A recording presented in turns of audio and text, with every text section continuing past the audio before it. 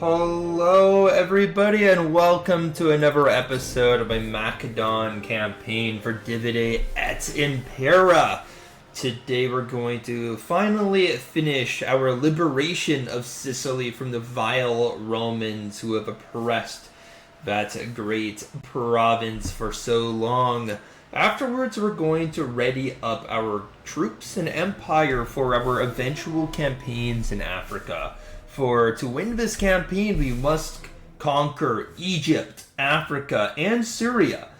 And Africa is the first province in my way from amongst those. So after my conquest of Sicily, I'm going to be preparing my troops for my eventual conquest of Africa itself. For my men are a bit tired and my provinces aren't fully developed. And there are just some things that I would like to finish doing prior to my invasion here, and probably just my subsequent focus on these regions as opposed to, well, you know, these provinces, which have really been my focus for the entirety of this campaign. At the moment, we're also starting to develop our military apparatus, because for most of this game, we've been focusing on these types of technologies on the civil side, and, well, now we actually want to go and help develop our military to build it up to par with who our eventual rivals will be. At the moment, the Ptolemaic dynasty is on the rise. You can see they've conquered Rhodes, Cide, they've conquered parts of Syria, they've maintained control of Judea. I assume that they're in Libya too to some extent. So it's just we need to kind of like be wary, and we do need to eventually build our militaries up so that we can contend with the Ptolemies. And, well, I don't really fear the Carthaginians, but according to the balance of power that I keep on seeing, the Carthaginians are in a similar state to the Ptolemies, very similar in power to myself. So I want to kind of build up and consolidate my strength before I dive headfirst into fighting against these great peoples. But in any case, let's go and play out this siege battle. I don't want pikemen in control of my ladders. I'd much rather have my Thracians do so. I think that they're far better assault troops than pikemen to begin with. So I just think in general, things will go better if these guys are in charge of the siege equipment. But yeah, we can go ahead and or just drag our infantrymen 2 to 4.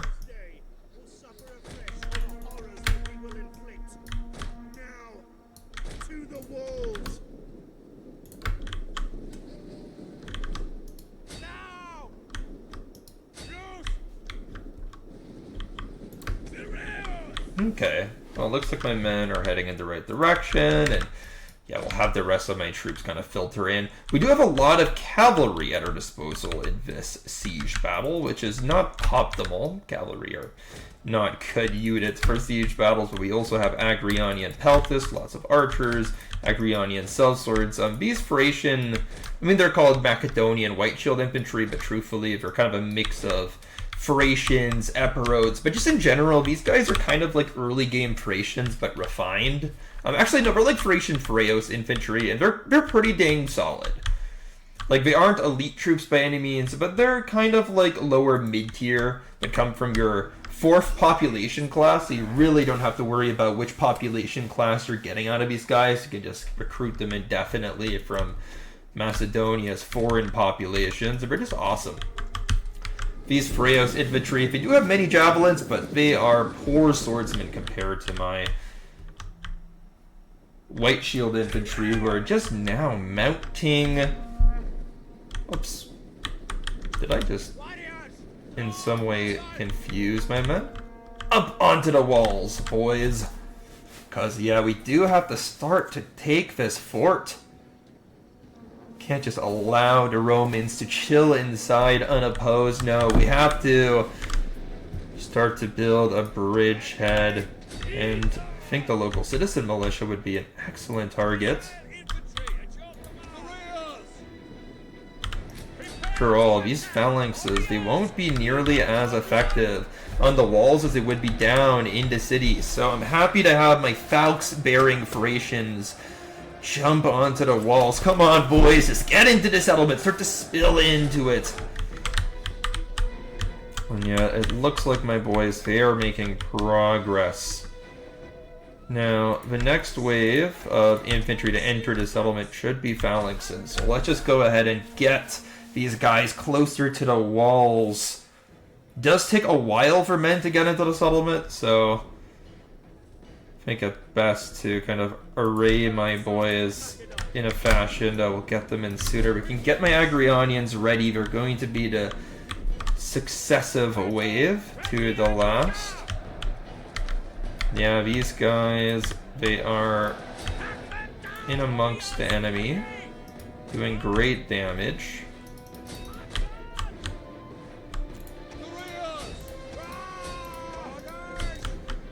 Go ahead and just keep my men trying to occupy the enemy. There's a local town guard who are trying to make a stand, but they're kind of neglecting my men as they come into the gate or come onto the walls, and well, so a lot of Thracians, Epirotes, Macedonians just kind of entering the unit, becoming part of the weight against the Romans. And well, if the Romans aren't holding their ground effectively, then we're just going to chop them down. And the Romans are outnumbered by my men, so we can't afford to be losing all of these town guardsmen, all of this infantry mass. And we're going to also go in and start killing these Roman siege technicians. You can see us battering this unit as an educated Roman on board, a man capable of effectively wielding Roman siege equipment is downed. Some local citizens. Go ahead and obliterate these fools. And yeah, let's go ahead and start to bring my phalanxes onto the walls so they can go ahead and run in. You have been given permission to deploy. I should have given it earlier. But now my men are off to the races. And yeah, we've already liberated every single part of the walls that we had to. It's just, Romans at this point, they're shooting at us so much.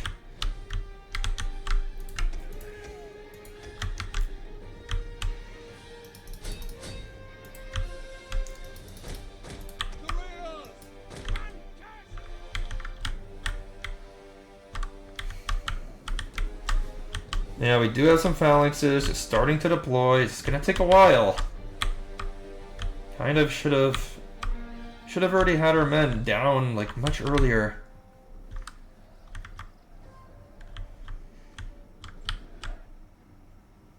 At least now.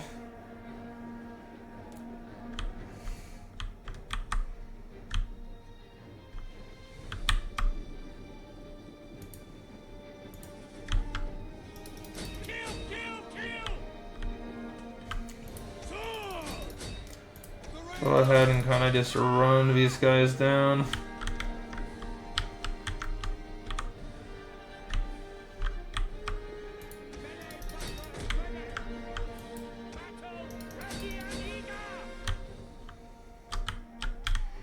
Honestly, man, like, this is just a mess. It's just a chaotic fury. I mean, the Romans are getting easy pickings up on the walls, you know what I mean? But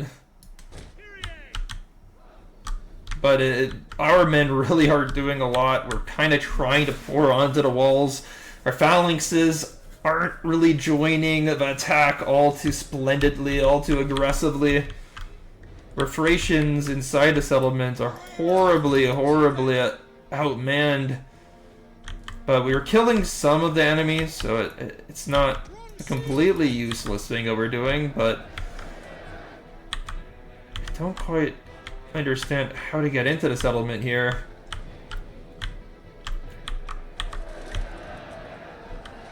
Well, I'm starting to pour out of these gates at least.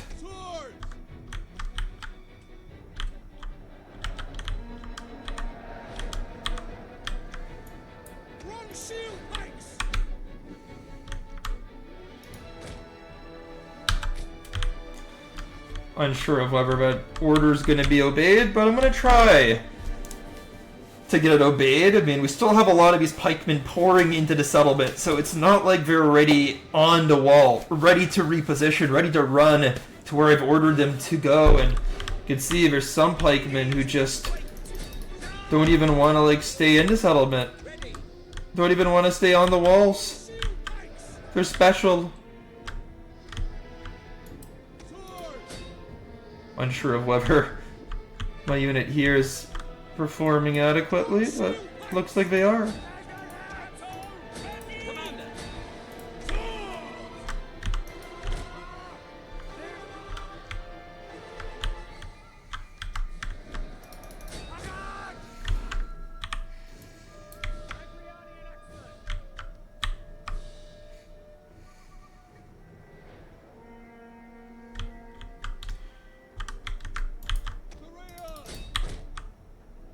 I've actually routed almost all of the infantry here, which I'm surprised by.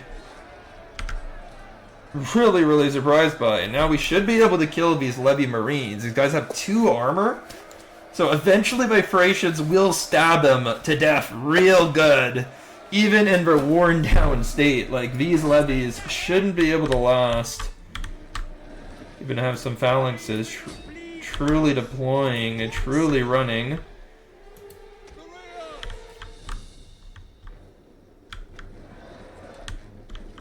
To defend the settlement.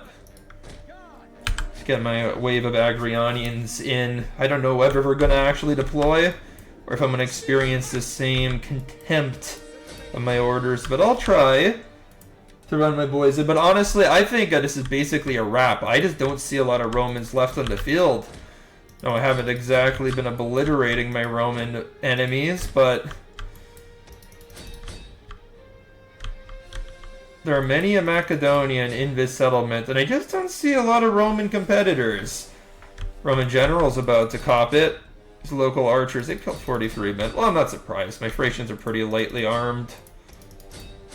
But there we go. Roman general dead. Local archers were about to assault them. They should rout pretty instantly as my Macedonians start to chop him down. And yeah, we just have to assign my men proper targets. Have these guys deploy down into the settlement without all of these defenders and stuff holding the choke points. Things will go a lot smoother, and well, I just think at this point it's a matter of killing enough of these guys to just break her morale. It's easier said than done when the enemies retreat pretty tactically every single time and you catch them. I don't know, maybe we just haven't killed enough Romans to actually cause a mass rout. I mean, there still are, like, a lot of Romans here and stuff. But then again, like, this is the city center of,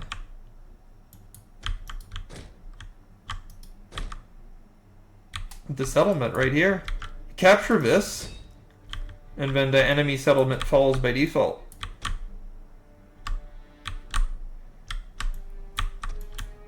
And yes, like, my forces in this city are pretty ragged. But up against the enemy is a 50-strong Marine unit. We can outperform it. We can defeat it.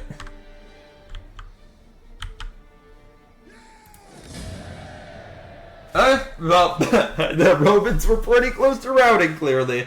And yeah, I hope that I didn't lose any units here. I was trying to win that battle cleanly, but in a siege battle, it's very, very difficult to get, like, a clean win, like a 0 unit loss win. Because once a unit routes into the city, they usually just get chopped down by enemy defenders. Like, we just kind of run into them, and yeah. You know what? 1 unit loss, though, that's actually pretty dang good. Like, in the history of my siege battles, I feel like that is, like, way above average.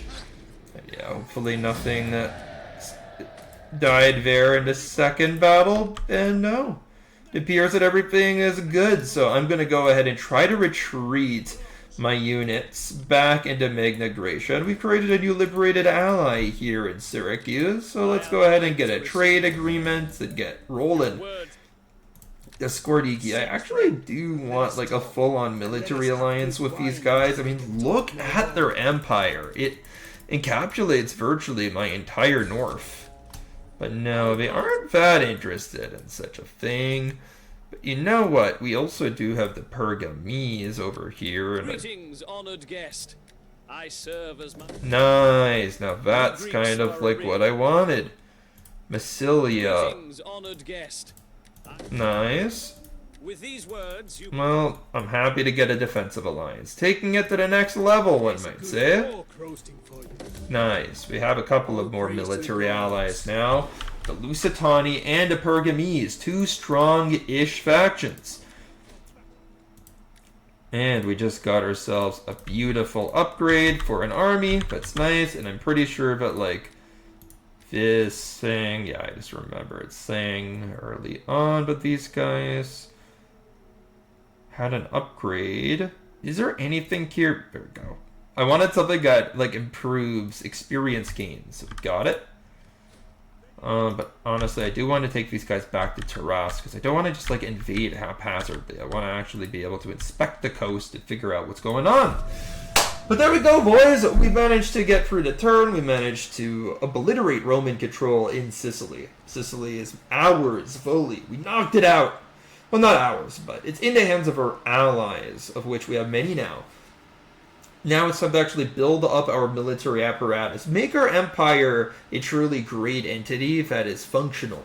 And really, like, kind of just refine it. Because we aren't particularly well set up. I've been at war for so long, but I just feel like there's certain aspects of empire building that I have neglected. Like certain parts of resource management and stuff like that. So... yeah, do you know what? These guys are an ally of my ally, so it just makes sense to have a non-aggression pact with them, because war is not really on the table with these guys anyway. They're not within my sphere of expansion, and I never ally of an ally. A non-aggression pact is totally on the cards and wanted. You know, the Skordiki, I'm just a little bit afraid of them, because they have massive military resources right on my border, so just in general, scary prospects just from roaming around. Okay, so what we're gonna do with this army is we're gonna drop them off in Taras, because I'm not gonna invade Italy like right now, so let's just have these guys here, kind of retain things. This Roman admiral, I think we should teach him a lesson, but perhaps at the end of the turn, let's go ahead and kind of have these armies run around, try to withdraw a little bit. Let's see, Cappadocia and Pontus. I don't think Pontus is going to last super long as a faction, to be honest. It's just, if he didn't really have like a firmly established control of a singular province, ooh, I really do like to decrease empire maintenance and, you know, just make my provinces better. So why not decrease banditry and the like? Let's see. These armies can go into Illyria and stuff, because, you know, I want to move them back towards kind of the old country, you know, the homeland, one might say. And how much is owned by Skordiki? 2 parts of Raeta and Noricum. So the Skordiki really are successful. Look at these swordsmen. Just good medium barbarian swords. Like, this is a strong faction, but I do have to keep within my sights, for they can potentially be troublesome foe. Next, I do want to kind of envision what's going on here in Rome. 24 food. This is just gonna -4. I might as well upgrade it. I don't have really much banditry here. I'm not going to be increasing banditry, actually decreasing banditry with this particular building. So yeah, we can go ahead, increase banditry here with that upgrade. And over here in Phrase, I don't think that there's really much I can do. Actually, no. I remember I was kind of like thinking about what I can do, and I don't believe that this building upgrade increases banditry, so Because I just can't increase more banditry in this province. Sure, I sound like a broken record here. I've said banditry like a billion times already, but yeah, like for race, banditry is a big problem, and yeah, just bandit for at 10% is not something that's typically acceptable to me.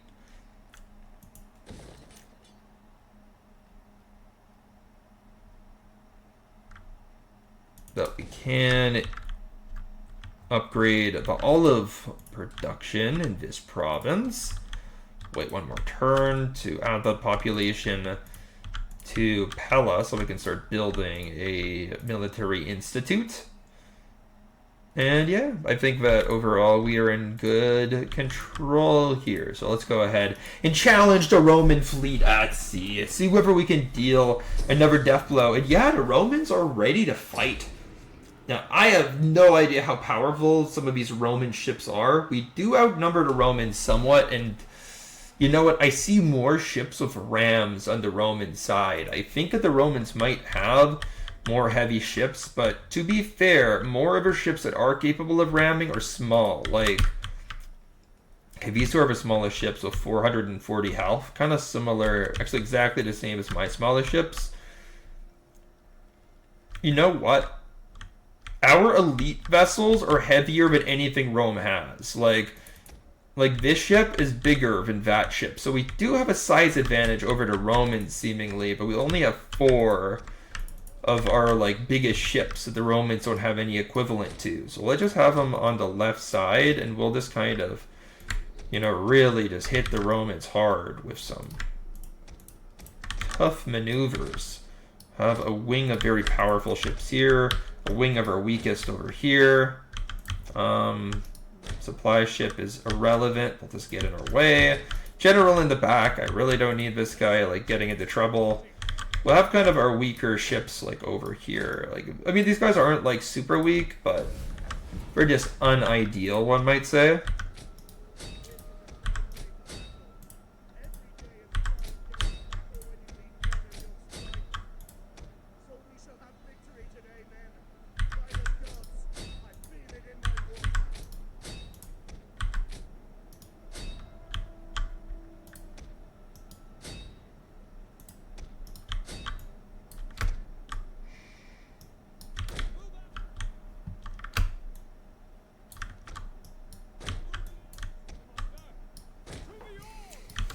I think that I picked a pretty good formation. Let's see how this initial charge works out for me.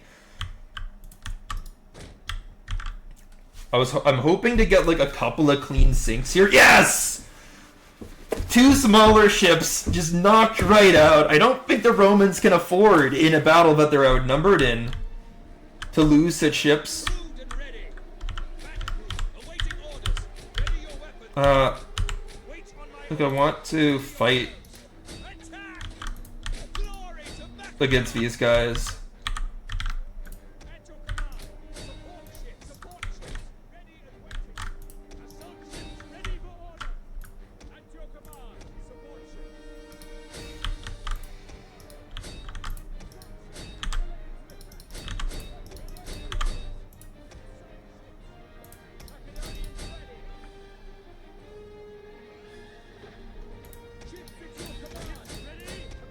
Fuck! I'm getting outrammed here. But the Romans are also like losing a lot of men.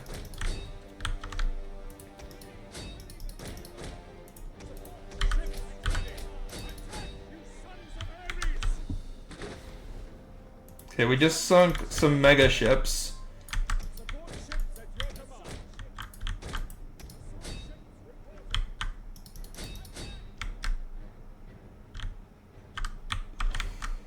Warriors of Macedon, attack!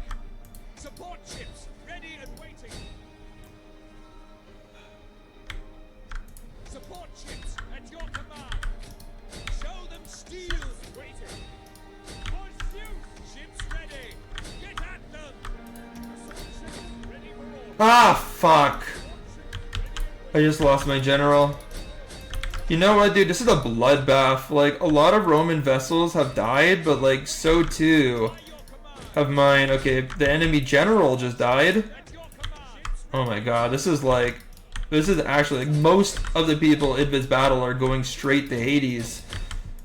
The light vessels in this battle have rammed so aggressively and successfully too. Our missiles await your orders. Give way! Commander! Orders! Ships waiting! Commander! Assault ships ready for order. Okay. Another assault trireme dead. Ready and waiting. Support ships at your command. Assault ships ready to attack. Kudos! Ships ready.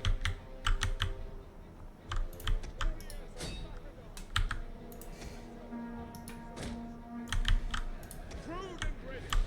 Proud sons of Macedon. Ships ready. Ships waiting. Am I losing? And ready. I'm starting to question things. Our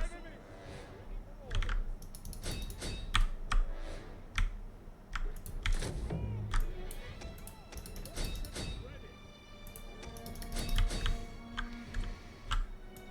Like, what is even left for me? Support ships at your command. Attack! Sons of Ares. Assault ship ready to attack. Moving out! Warriors of Macedon. Pursuit! Glory to Macedon!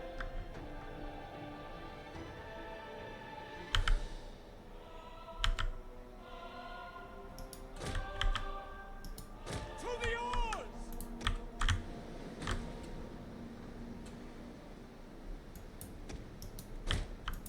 Crude and ready. By your command. Attack, brave sons of Macedon.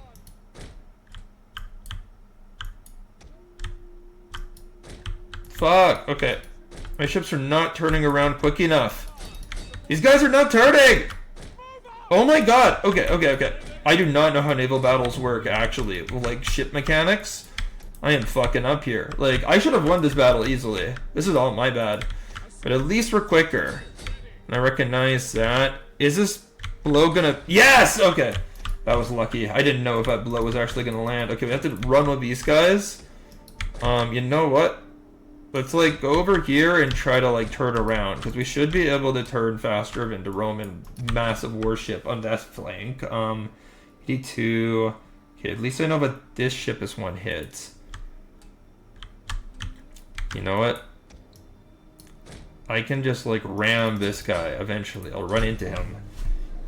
I just chart a course. I should be able to avoid these guys.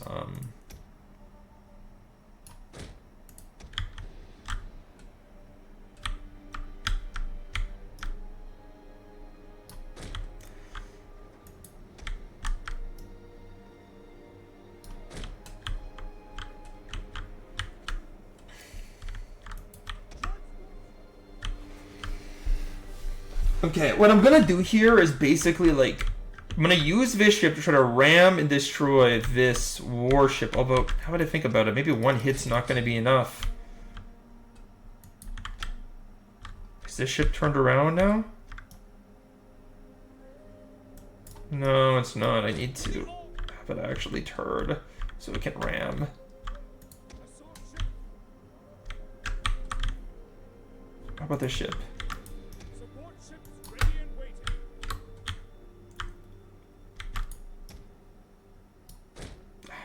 None of these ships turd. What do you tell them to?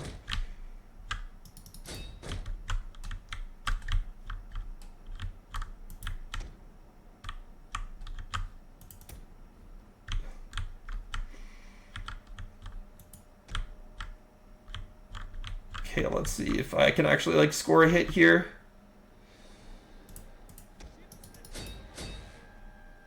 Oh, it's not doing anything. I'm not ramming anything.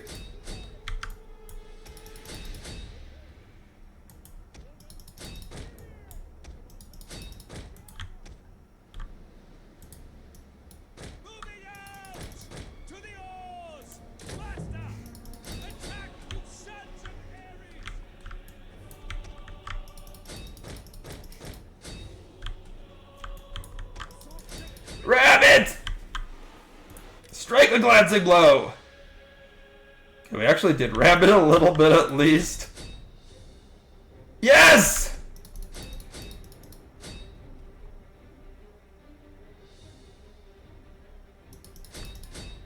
Something must ram. Yes! Now go, my masses of ships! Assemble! Actually, we basically did win this battle now, because it's impossible that we can't ram this guy into submission. Especially if we kind of like go in an oblique angle, and nice, we've already done 74 damage, now we just have to hunt it down. Don't ram each other, boys! Yes! Hit the side of the vessel! And we almost lost our entire navy to this Roman threat, including our general, who might just cite a civil war by their death, I'm unsure. I mean, honestly, though, like, that was an incredible affair. I am not good at naval battles, and I did not quite realize that when my men sunk the Romans in their initial charge, they would be rammed so indignantly afterwards. So let's get this Antigonid right here. Let's get him on the best ship that we can, just to protect his life a little bit. Then let's send him to Pella. Try to retain some naval folk. But at least for that victory, we did manage to do something. And the Macedonians aren't in revolt just yet, so that's a positive thing. Yeah, we did manage to, I believe, move all of these troops, so yeah. We moved the troops, we're in the process of hiring some new troops, and we can go ahead and just retain the one unit I lost here. I don't believe there's any other units that have to be recruited. Yeah, we're full on our armies, and let's see, like these guys, yep, done all that they can. Just gonna make sure everybody's like done all that they can.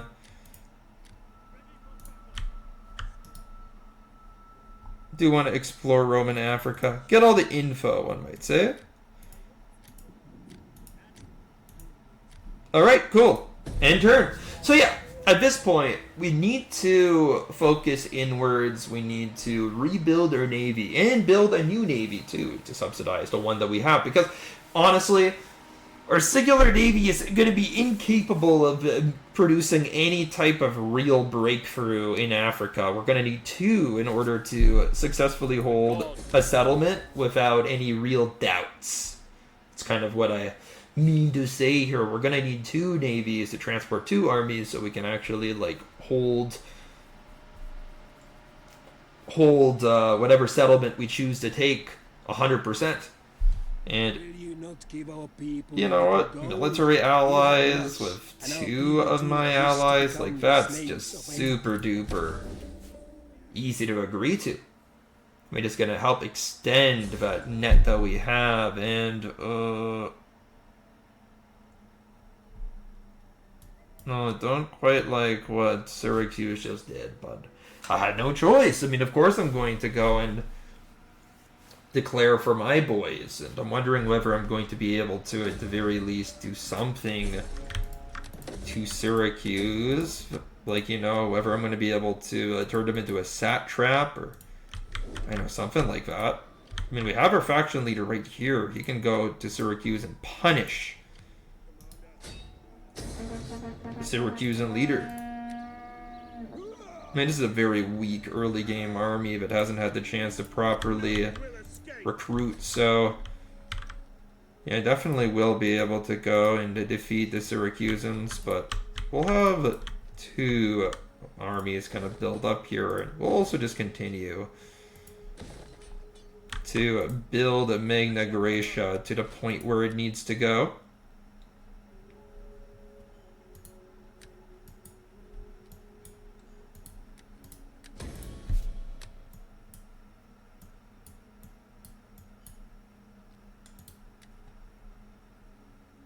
Nice, so now we're using Antigonus as a naval guy. So let's try to figure out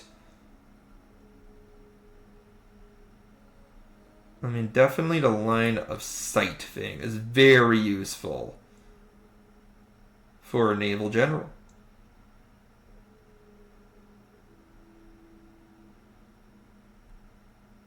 These are like all infantry based.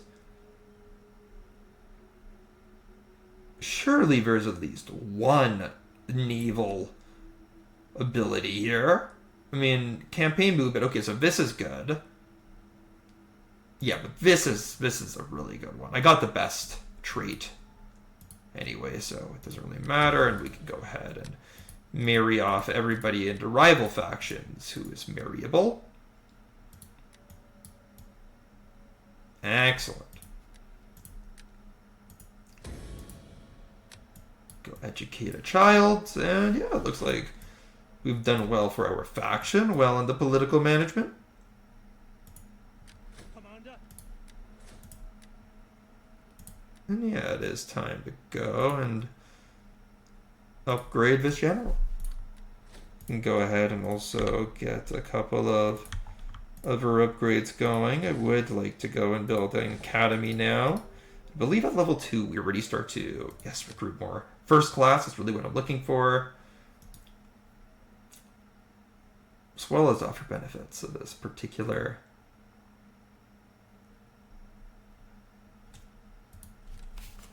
building.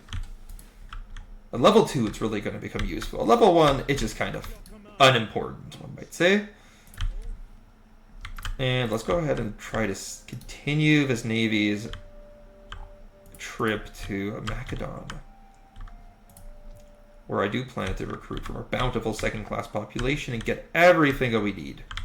Absolutely everything that we need.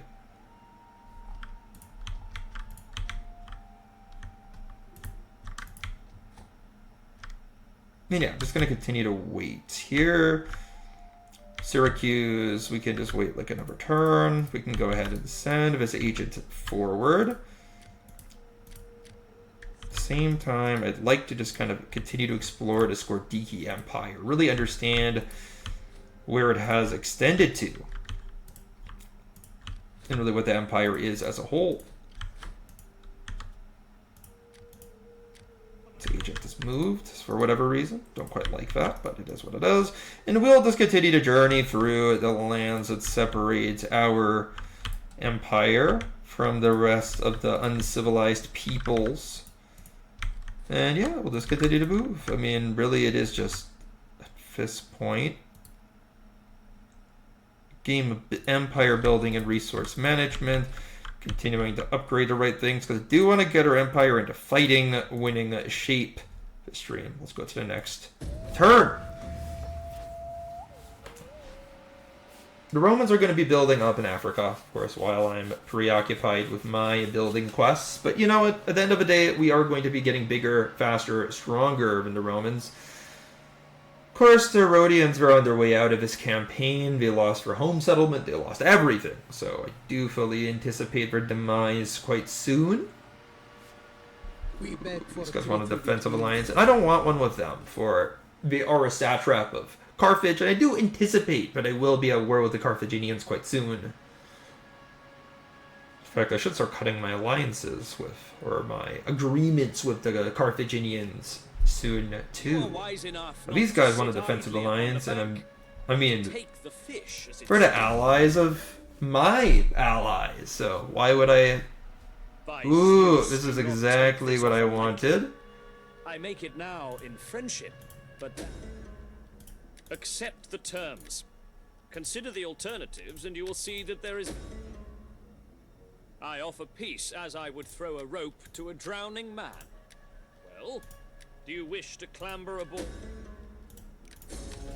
Well, let's keep them under siege for one more turn, then. But it's interesting that they're willing to offer client state status to me already. And that's what I want to subject them to. I want to make them a client state. So it looks like that's a possibility, at least. Cavalry training, let's do that. Yeah, Pontus is out. Kind of what I anticipate. Pontus is not a very successful faction in Rome 2 in general. Not really see them expand as so greatly in the past. And yeah, let's just kind of go for my provinces and see if there's anything I can build. Like, all of these building upgrades in Thrace would increase banditry. That's why I'm kind of not focused on building them. I am curious to see where banditry is post expansion of Rome here, so I'm gonna wait a turn to build anything new. Over here, I believe that either of these are just going to decrease food, decrease public order. Public order is at a 0 right now, so I can't really afford to do that, so yeah, it looks like all of my provinces are in good shape. Do need to make sure that my agents are all actually active though, so let's kind of do that and go ahead and move my agents as I please. It's nice to see that one of my armies in the north finally made it into Illyria, and that's going to increase public order here. You know, we could even have them hustle around beating whatever troublemakers they find. And yeah, we'll continue to send this force around. What is this faction in a kink? Who are these guys? Ooh, the allies of allies. Therefore, a non-aggression pact could be on the cards. No, interesting. My allies, my great friends here, don't appear to be such great friends, perhaps. I very much like them as military allies, but they don't seem to be agreeable to that possibility. And I wonder why. Why did they not want to continue to enhance their friendship with me? What is stopping them? Is it for greed? Is it because they covet my lands? Who knows? Anyway, I mean, we could totally obliterate these Syracusans, so I do wonder, why do they not in any way try to concede? I mean, I'm willing to have a peace treaty. Your decision does not please us, but I hope your gods at least look upon it kindly. How much money do we really have? You know what? I'd prefer to just offer that, like, some 3,900 or whatever. I know that it's more than what I had to pay in the last turn, but it's how much I have. You're now a client state. May Hermes bless us both with... I wonder what malevolent spirits were whispering in your ear to make... The blessing of the Olympians upon you. What, then, do your noble people desire of us? Can I, like, make these guys join war against? Declare war. I'm just curious how, like, I can get these guys to not be at war with Democratia Syracuse. Greet such an ambassador of such worthy people. My ears tingle with that. Honestly, I'm curious whether I could broker such an agreement, but it appears that is not an option, so I will retreat with my faction leader back to where I have the possibility of recruitment, and yeah, we can go ahead and sail this admiral into the harbor of Pella.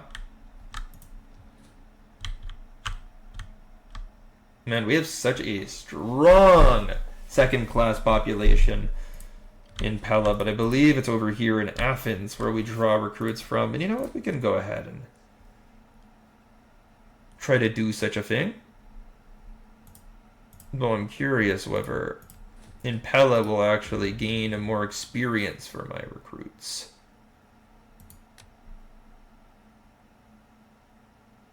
Yeah, I don't really see any reason not to recruit here, so let's just go ahead and do that.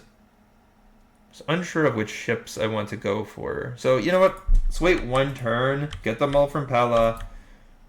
We can kind of let the ideas marinate, because how much do I really want to spend on my navies? You know, I'm willing to spend quite a bit. I do like naval combat in this campaign in particular. I am having a fun time with it. And I'm pretty bad at it, so there's an element of challenge too that's just unique with naval combat, so... Because I feel like in land battles, I'm pretty dang good. Like, I can smack the AI around most of the time, so... You know what, let's try to actually get, like, good ships and really spend a lot of our income on our navy, and we have plenty of money to do so. Although I do intend to recruit some land-based armies as well to help anchor Thrace and stuff like that. You know, something that will train in Pella while my military academy is built around it. But let's see what happens. Let's do a couple of turns here. I did want to... Ooh, missing taxes. I don't quite like that, but we did just gain a lot of money here. Okay. Rhodes is gone. Expected.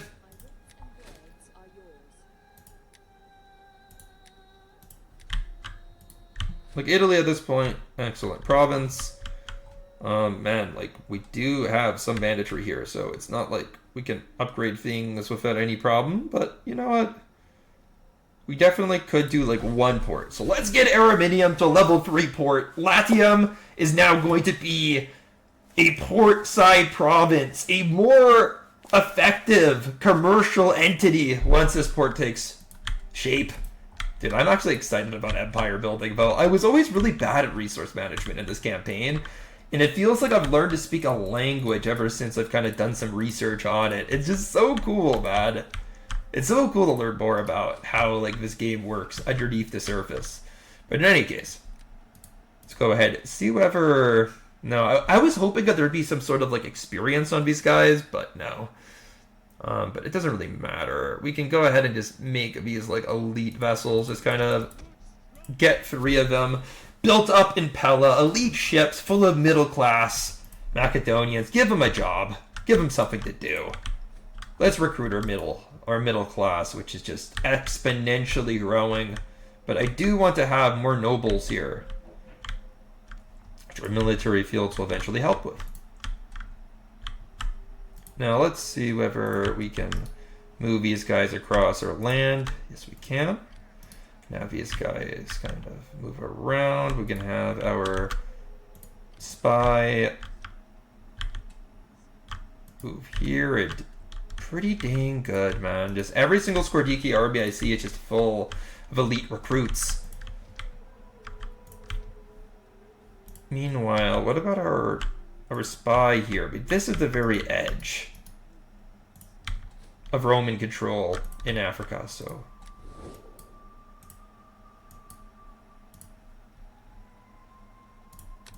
I am honored to receive.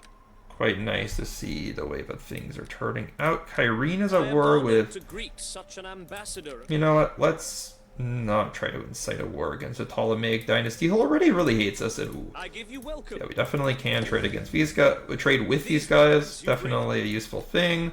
Seleucids are at war with everyone. Just not worth really touching them politically. They're just a massive liability. The Scythians are hostile towards us, so I think a war with them is pretty inevitable. Do I look like some Ooh, they're at war with one of our allies. That explains our hostility. Your reputation precedes you. How can Carthage? The armies of Carthage will... There we go. I don't really want military friends must pop. friends with friendship of Carthage. I just don't. Carthage, what are her allies? Macedon and... Okay, so basically they only have Numidian client states. That's good to know. They're not really as well connected as I thought they were. Yeah, let's just kind of have these armies traverse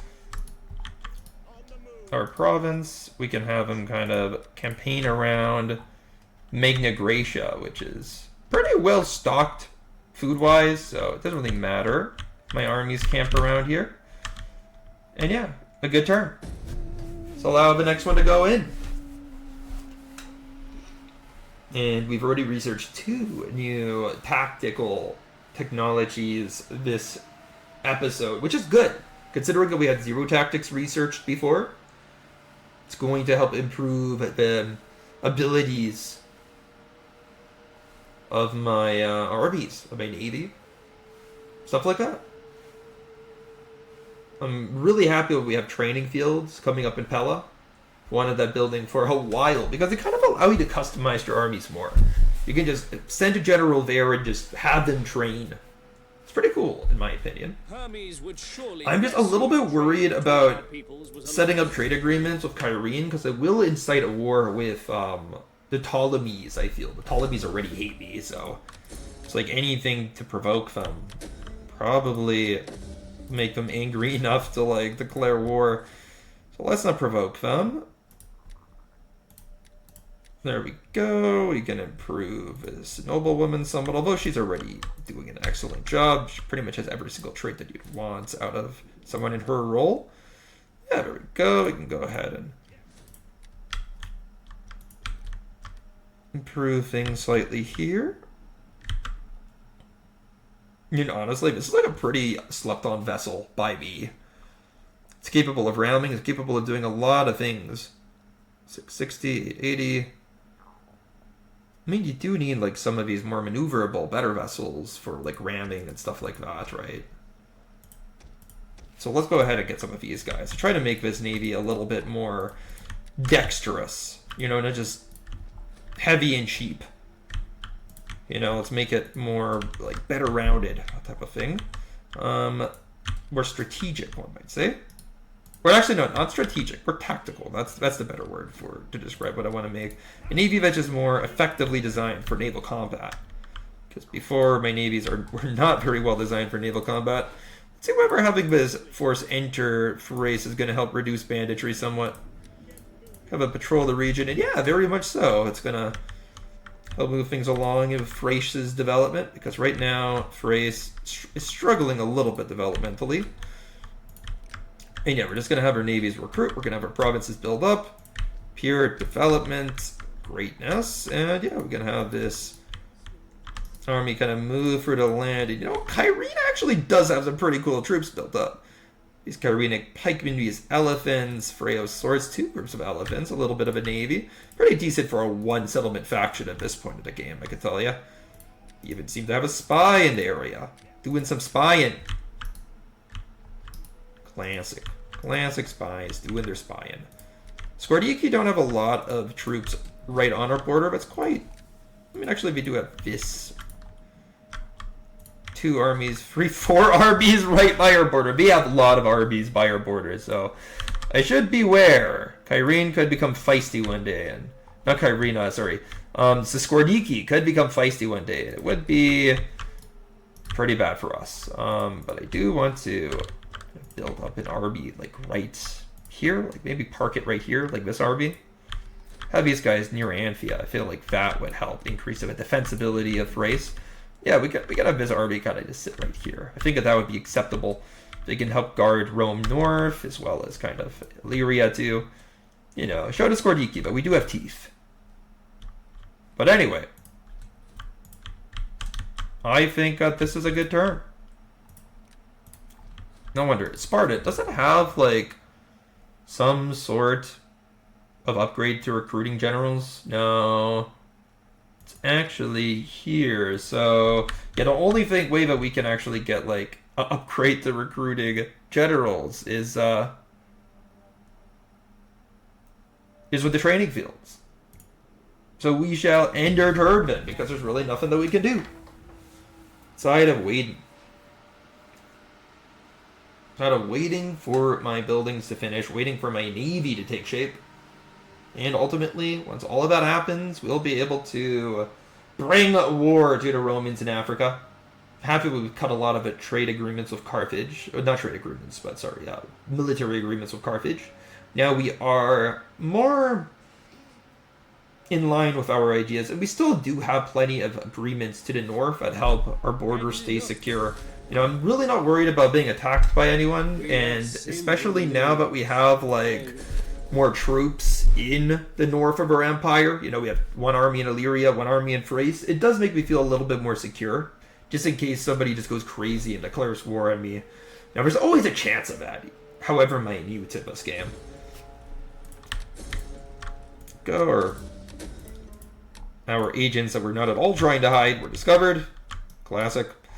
Yeah, let's have this army continue to travel through Thrace. We can have it.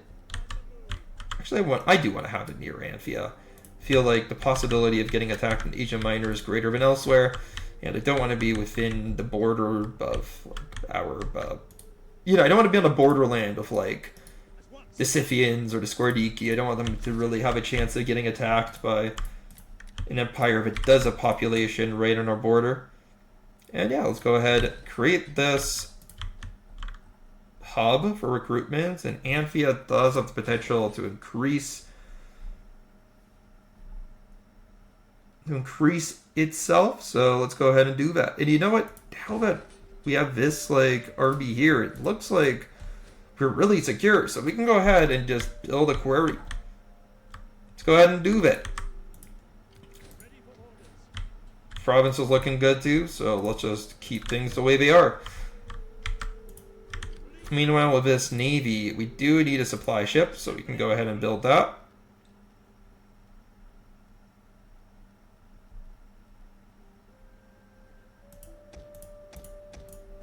And we can build 2 more of our elite heavy warships, just the greatest ships that Macedon can currently produce.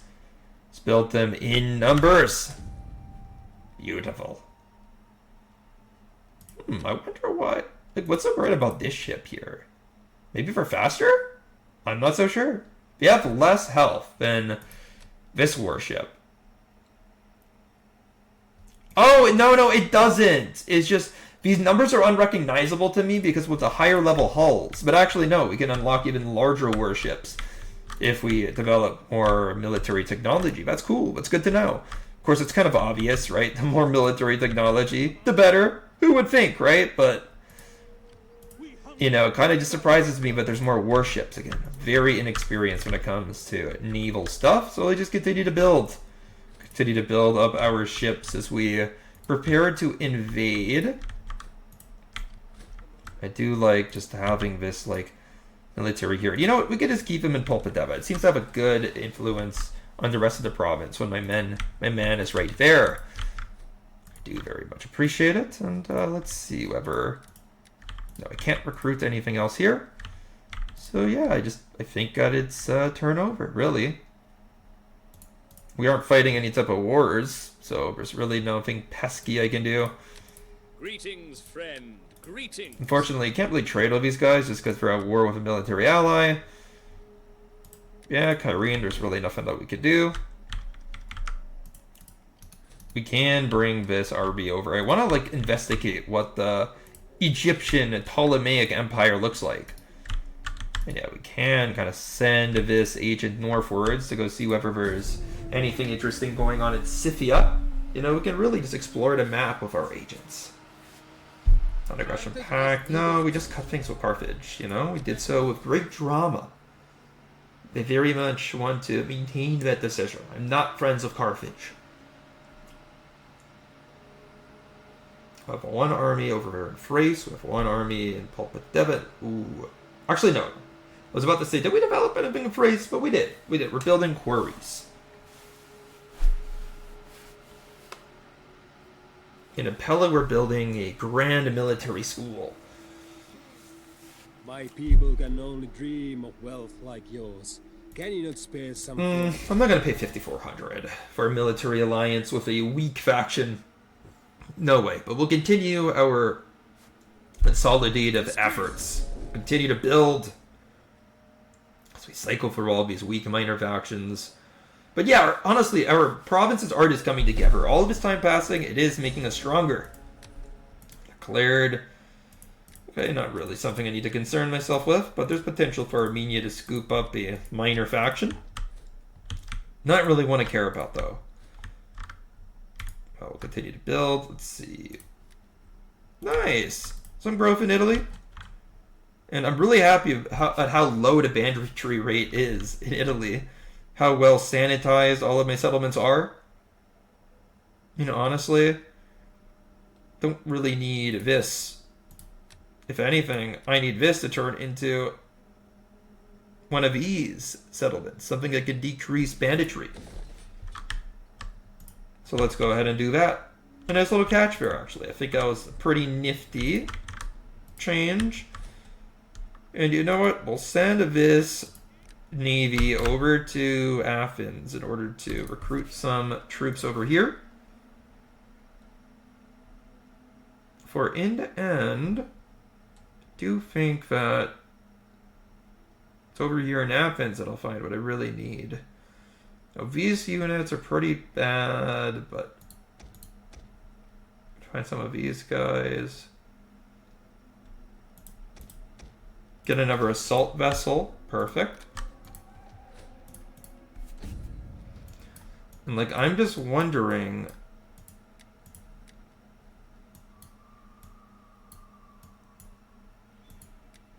whether there is somebody else that I should recruit here for my navy. I'm just trying to think, like, who is the best recruit here? We only have one unticketed left. I mean, when it comes to my rival families, the Macedonian nobility are far greater than the Thessalian nobility. So let's go give it to a Macedonian.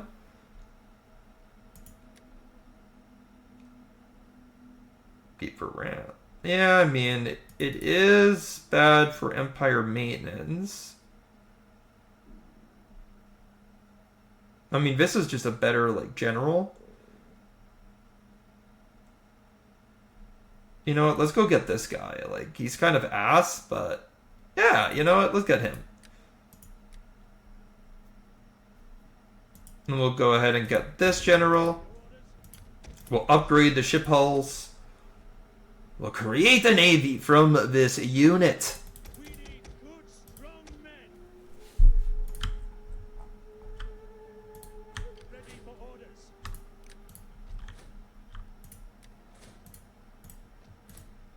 Alright, honestly, I think that it's a good time to end the turn. And I do just wonder whether our food supply is going to hold up. So let me just kind of look around, see like what's upgrading. Everything that's upgrading is going to minus food with the exception of this. Yeah, we're going to have... I am a little bit concerned about our food supply. You know what?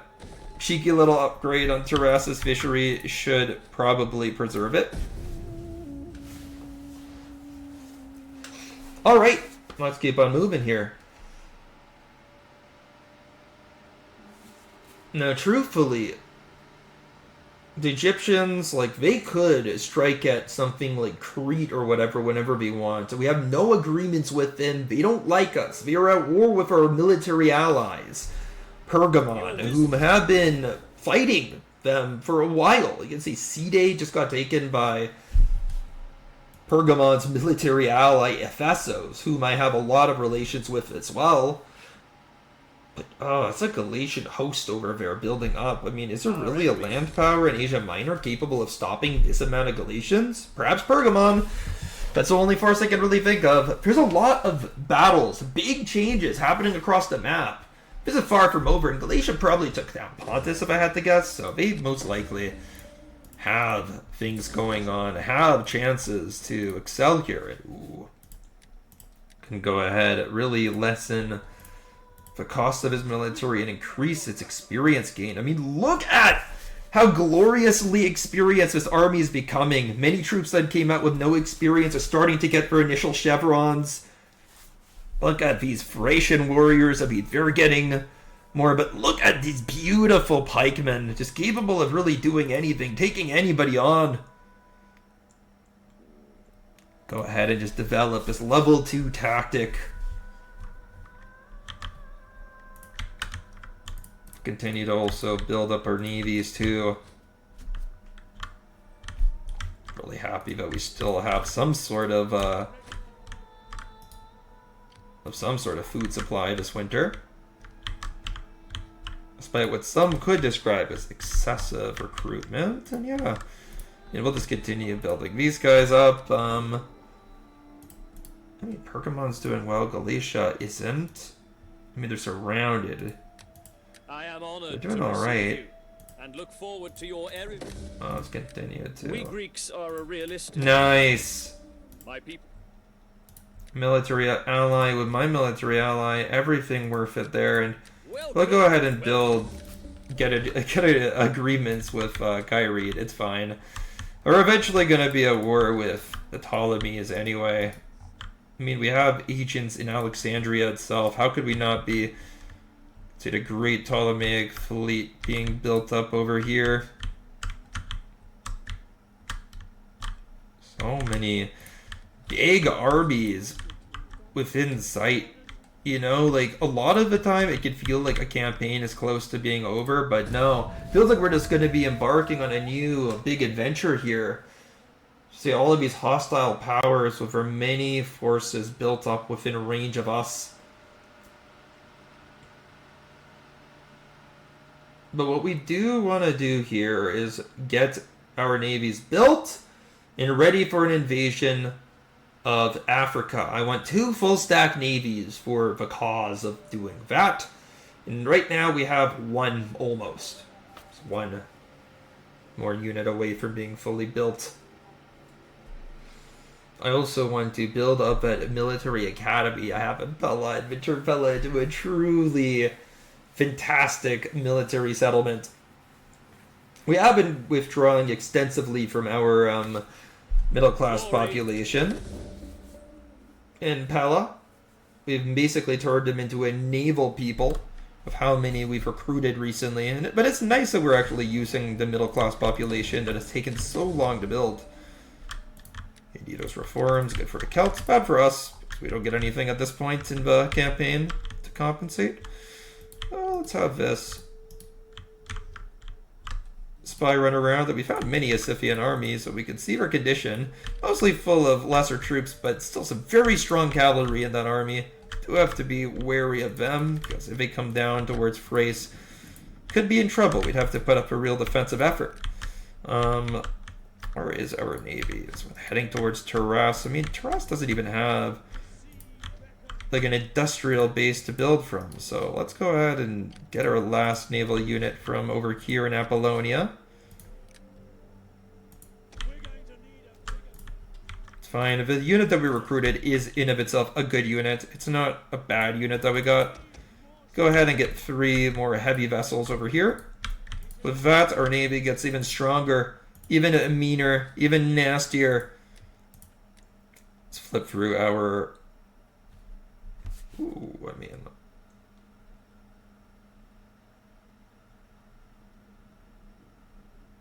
Definitely can increase this. Definitely can increase this.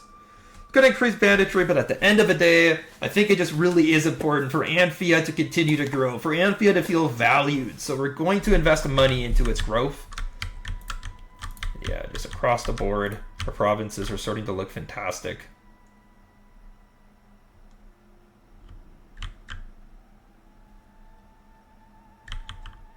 Rome's going to have a little bit of banditry, but you know what? Maybe not, because we are going to develop this building. So let's go ahead and get Asculum up as well.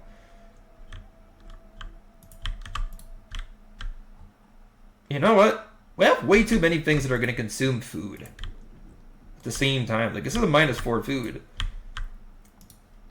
This is -2 food, but then -4, so -6 in total is a -4. Oh man, that's already -10. -10. Oh man, we're gonna have like no food left at the end of this, are we?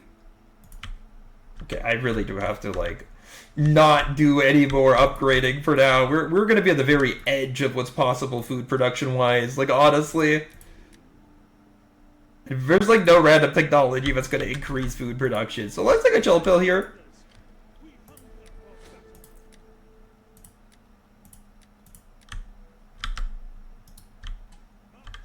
You know what?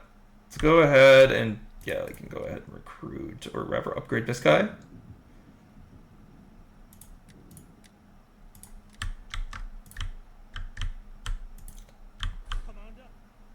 I do like this army. It is a pretty low tier army when it comes to some things, so...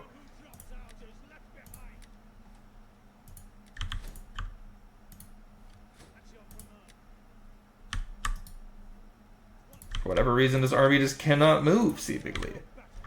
It is a stiff army, a stiff-backed army. Let's have this army kind of go up here. That way we can lessen the banditry of that province if it ever does increase, and we can space these guys out a little bit. All good.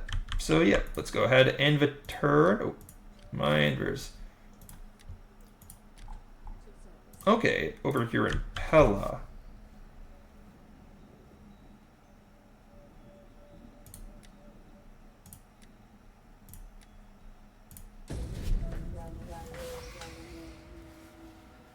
have not seen very many Ptolemaic forces in general, besides the force that periodically went around Sea Day for a while. It was like a navy over there.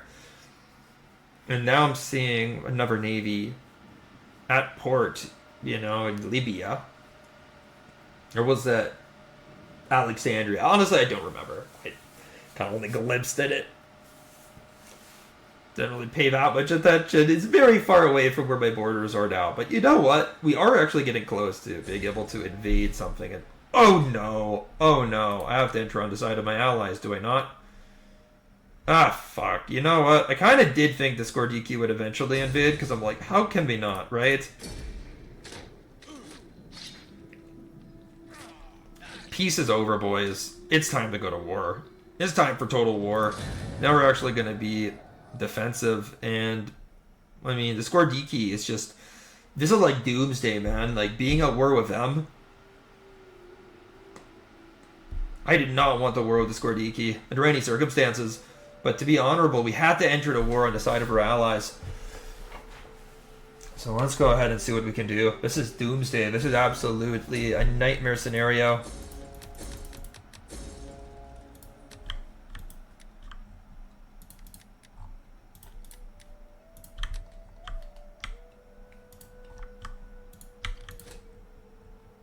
Skordiki, start a war against the Lusitani. Classic.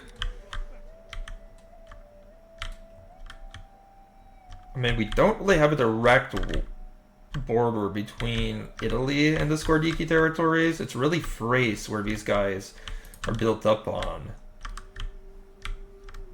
You know, we're gonna have to fight this war. I can't just, like, let this go. Well, this army has enough movement speed to catch up to that one, at least. This army over here doesn't really have the ability to, like, do any humongous damage. It's just, our stupid empires are so connected.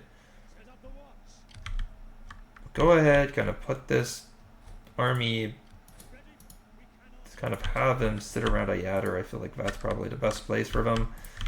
I mean, I did want to, like, continue to build up my navies here.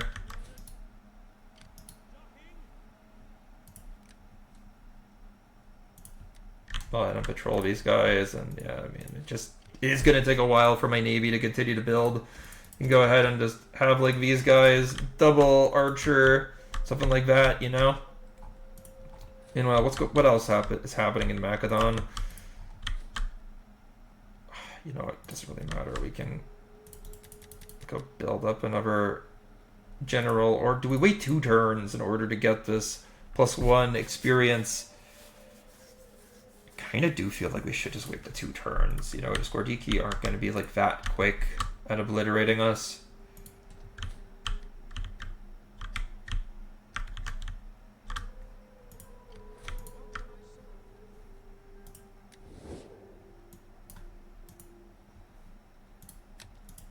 Are you brave? Skordiki do want peace.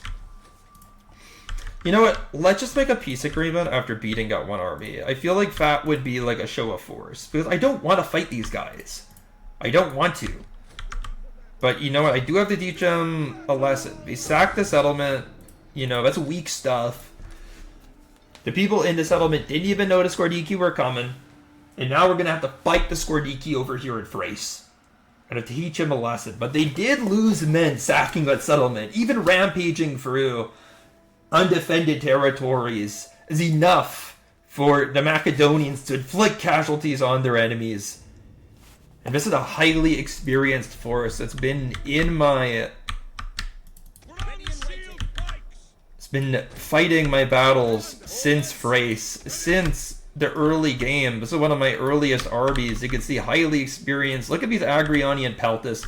They probably were fighting in Thrace when I originally took it. I think that they were involved in my Italian campaigns. These men have killed men of every nationality almost. And now they're ready to slay barbarians. The thing is that my infantry in this, like, battle, like my melee infantry in particular, are going to be, like, vastly inferior. At the same time, I have slightly better skirmishers. My pikemen are going to be unmatched. Just, they're going to have to, like, fight up against the enemy's swords and match effectively with them. And I should have a cavalry advantage too, but the enemy has a massive melee infantry advantage. what the Skordiki are fighting with. Luckily, the Skordiki aren't the strongest melee infantry faction out of all the barbarians by any means, so it's not like they're going to be like super combat effective or anything. It's just, let's send this garrison away. They have no place in this battle. The Skordiki, very strong faction, but they're not the best barbarian faction. Particularly, like, these are early swordsmen. 27 weapon damage rather than the cursory 30 that you expect from a Celtic elite sword unit. So, you know, these guys could be better. Skordiki could be better. In my faction review of the Skordiki, I do criticize them for their swordsmen being a little bit worse than what I would wish. But yeah, we'll have the Skordiki kind of rush forward. We'll use our slingers to combat the enemy archers, who really aren't going to be like that combat effective. Enemy archers, they're pretty low tiers, so once my slingers like adjust for the range properly and have the time to unload, they should do great damage. I want my general to get in here. My general is in a cavalry unit that's just gonna surpass that of this barbarian faction, and well, the enemy's trying to go 2-on-1, but my general with his golden experience chevron is gonna go crazy. We do have a nice charge from the Sarissa cavalry. The Sarissa cavalry loves to charge, and they do 10 kills on experienced barbarian cavalry with that charge. The enemy, they're trying to hone in, they're trying to close in. It's not going to go great. I don't anticipate that it will. Oh man, we just destroyed the enemy cavalry so hard. Luckily, the enemy is mostly just running into my pikemen here. We'll hold off the enemy infantry while, frankly, my cavalry does a lot of the heavy lifting for...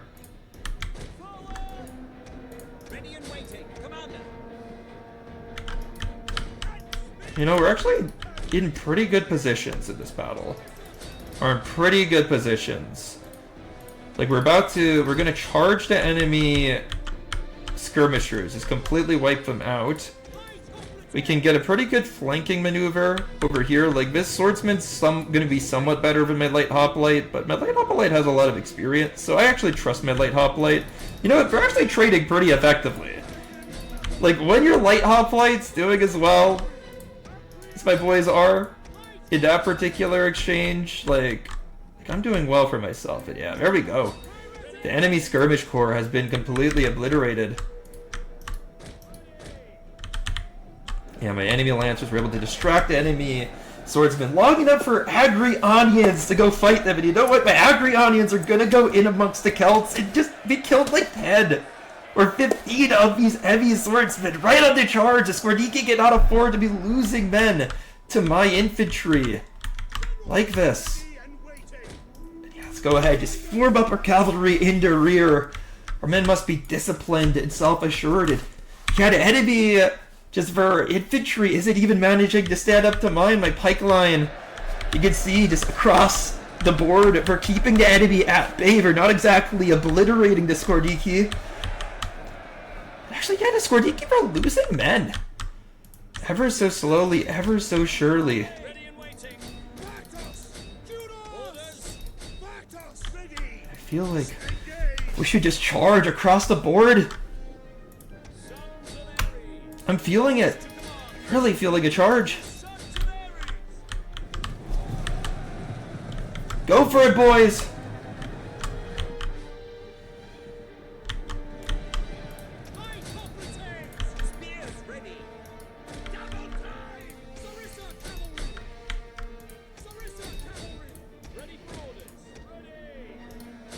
Beautiful. There's across the board. Skordiki run.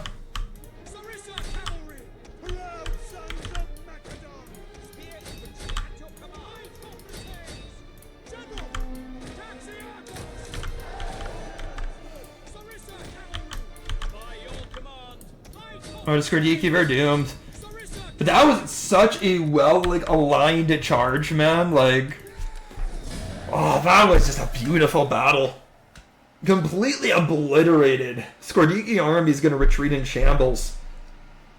Well, I hope the Skordiki are still willing to accept the peace treaty after that disaster for them, but just I cannot allow a Skordiki to insult me by sacking one of my settlements. You know, we shall obliterate all the men that leave, but we can ransom them as captives, and you know, of course, we'll hunt down the rest. Like, anyone who enters Macedonian territory, like, kind of should expect to die. But, you know, we'll go ahead, put our money, our fast resources into replacing what have been broken.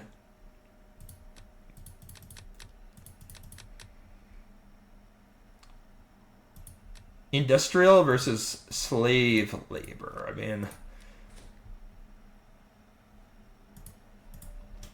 I mean, we do have slave resources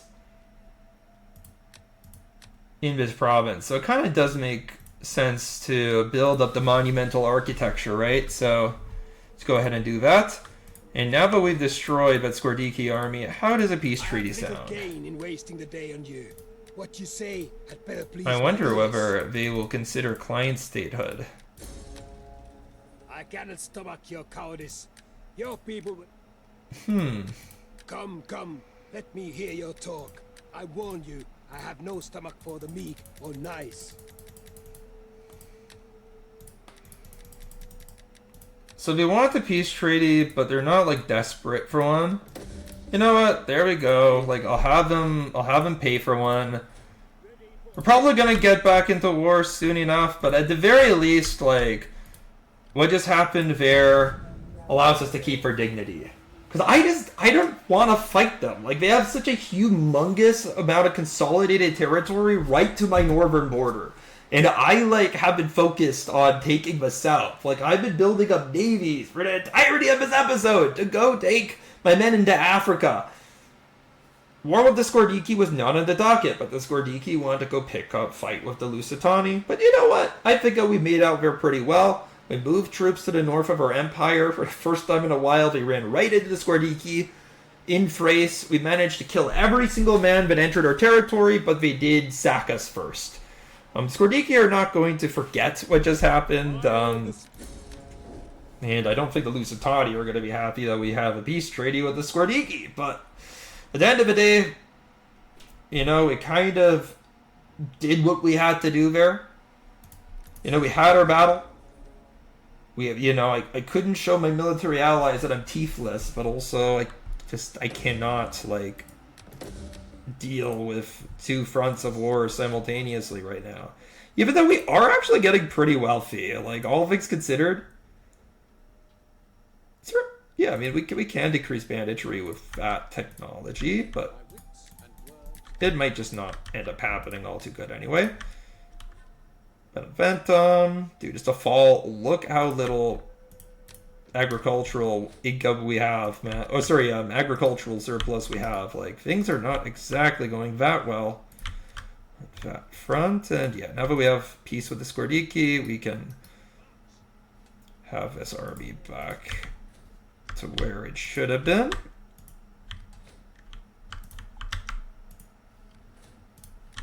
Can go and continue to improve his force. Perhaps 3 more of these elite warships would be ideal. Oh man, so many things that are going to decrease food production are being built simultaneously. This could be disastrous, or it could be great.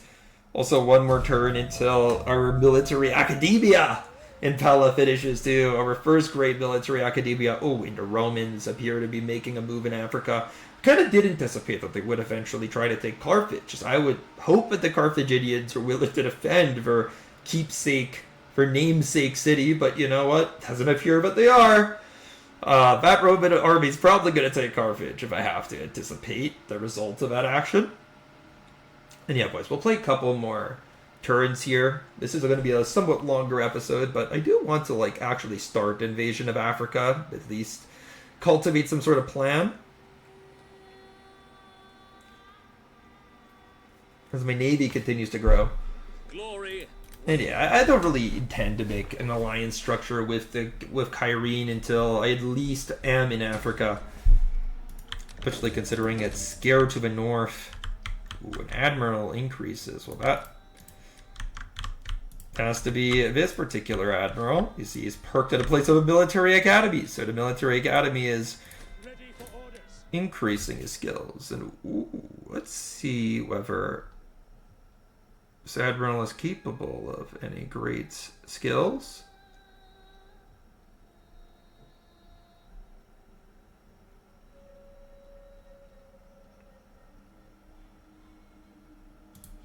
Let's do this.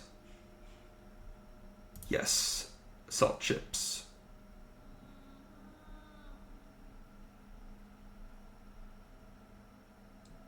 I don't know, let's do this one.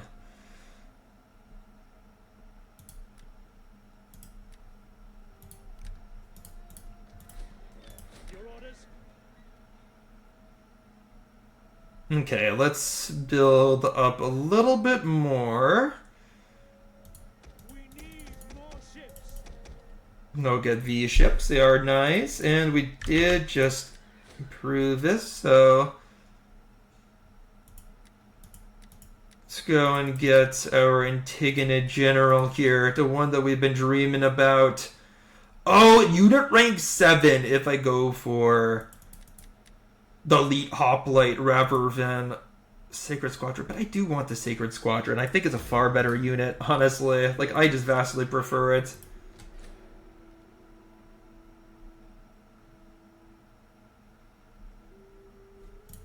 Okay, so we just recruited a general. Is he better than I would think? Not really. Not really, honestly. We'll go for spear-armed units.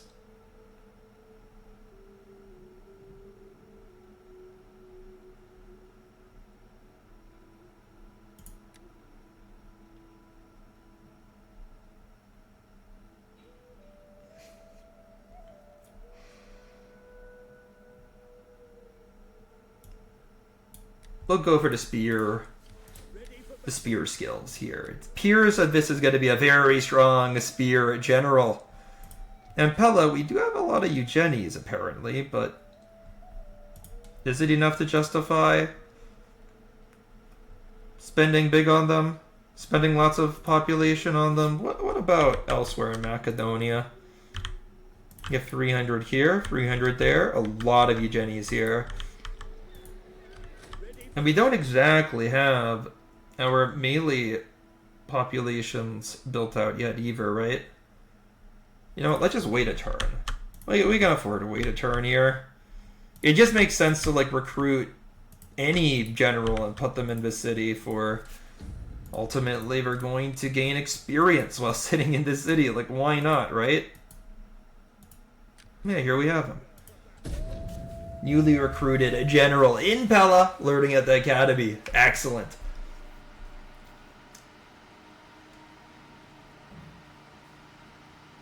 That did increase the production of Eugenes in the development of that population in Pella 2. So we should have more of our elite fighters at some point. But alas, we are still continuing to develop our naval strength. You know what? I think we could probably push off from...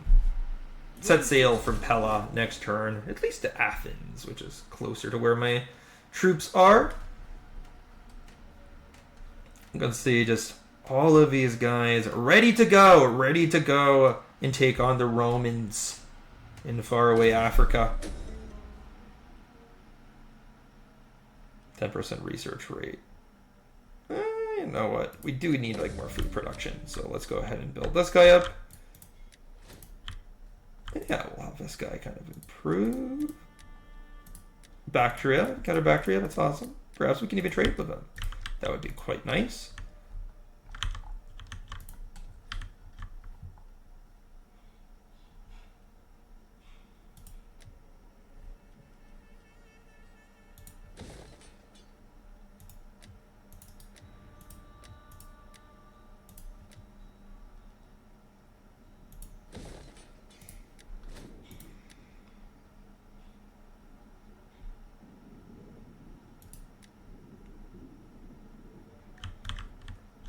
Okay. I mean, honestly, I think that we can just kind of start moving our navy into position for the coming campaign seasons. We can have these guys just move into position. Let's see, we have a lot of very heavy ships with this fleet, so let's just get some more support vessels.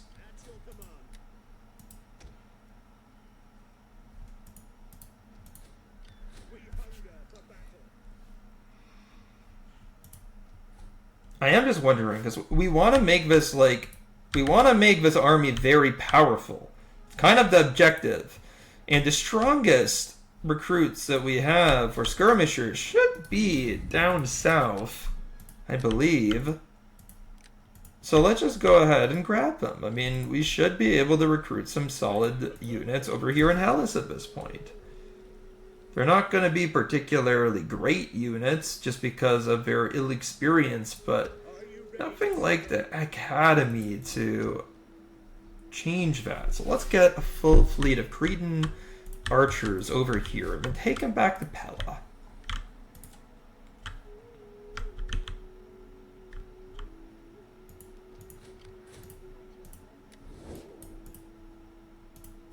I have little gain in wasting the day on you. What you say? Skordiki. Yeah, we're just not a people that like me anymore. The love is over between us and the Skordiki forever. And there we have it. We're going to recruit Cretan archers in Greece. We're still building up our navy over near Athens. As we sail that navy across, we have to figure out where in Africa we're going to attack. I want to make that kind of like the deciding, how do I say it? Like the final move of this episode. Like finally getting into Africa, taking the war to Rome, staking our claim to a region we developed extensively throughout this episode. Just made our empire greater, our military stronger, our navy greater, our provinces more whole in their administration and their design. Conquered Sicily, or rather liberated it. It's all across the board. I see nothing but improvements. So I think it's time that we start flexing our muscles over in Africa, where the Romans have built up. Angora has been taken, probably destroyed, I imagine.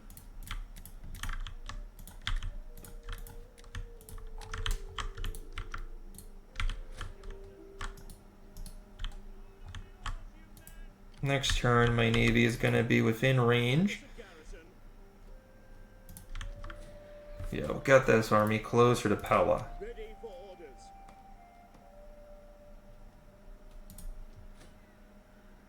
Yeah, only 50 Eugenies per turn right now being built up in Pella. It's not a very heavily populated city, but at least it has a bursting middle-class population.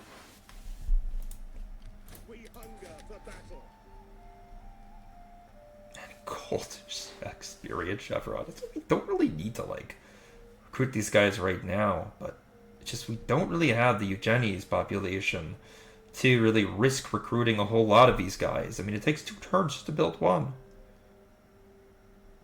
But I do want to like at least have one of these guys like built up, right?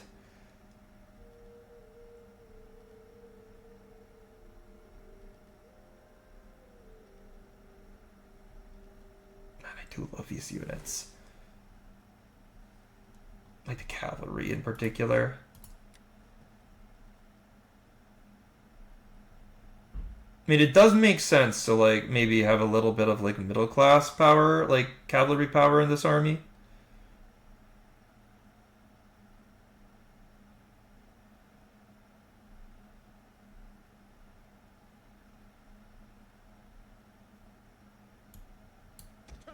Maybe we can just get some Thessalians here.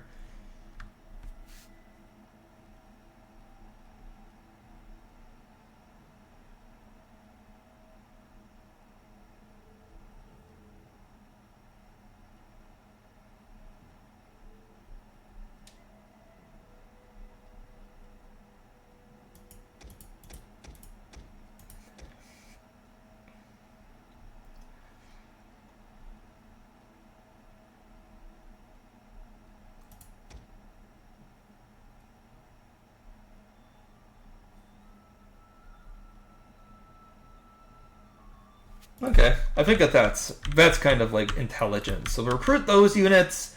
They're going to be great support for my armies. And then who's going to be going into Africa to fight? Definitely this army, without a doubt. But which armies won't? Should I send my king? Probably not. Let's send this army to the north. Let's send this army into Africa. Seems like a pretty wicked, powerful, well-experienced army. Let's have the king's army. Oops. Continue to do things here.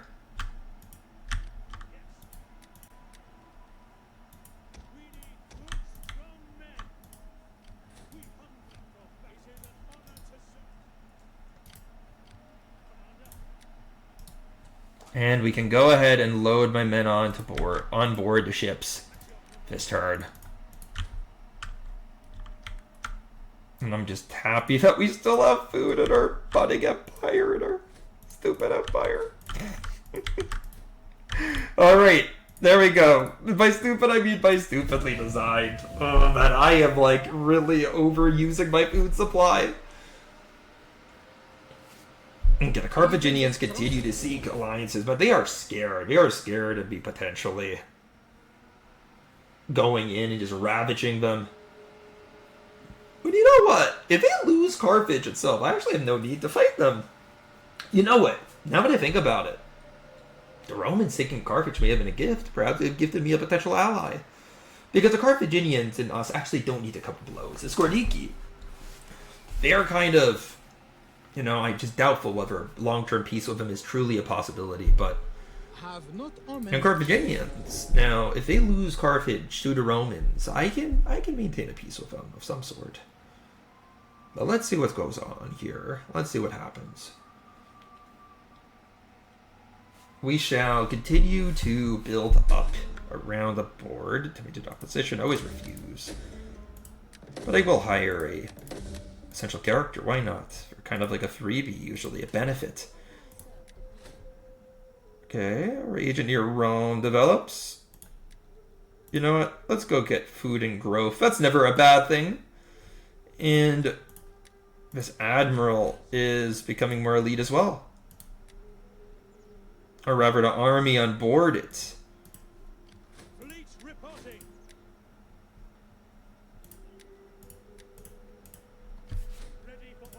Oh, okay. I think I understand. It's the agent that is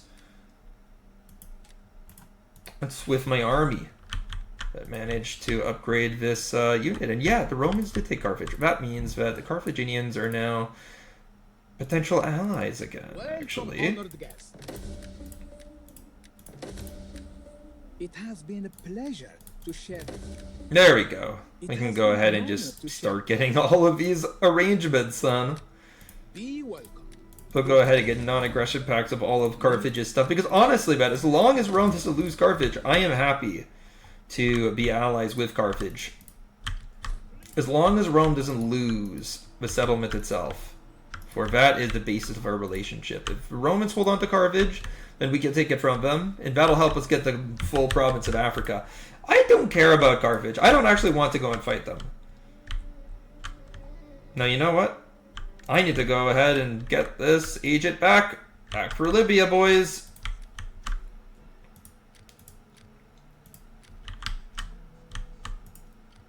Holy crap, this is quite a consolidation of Scythians.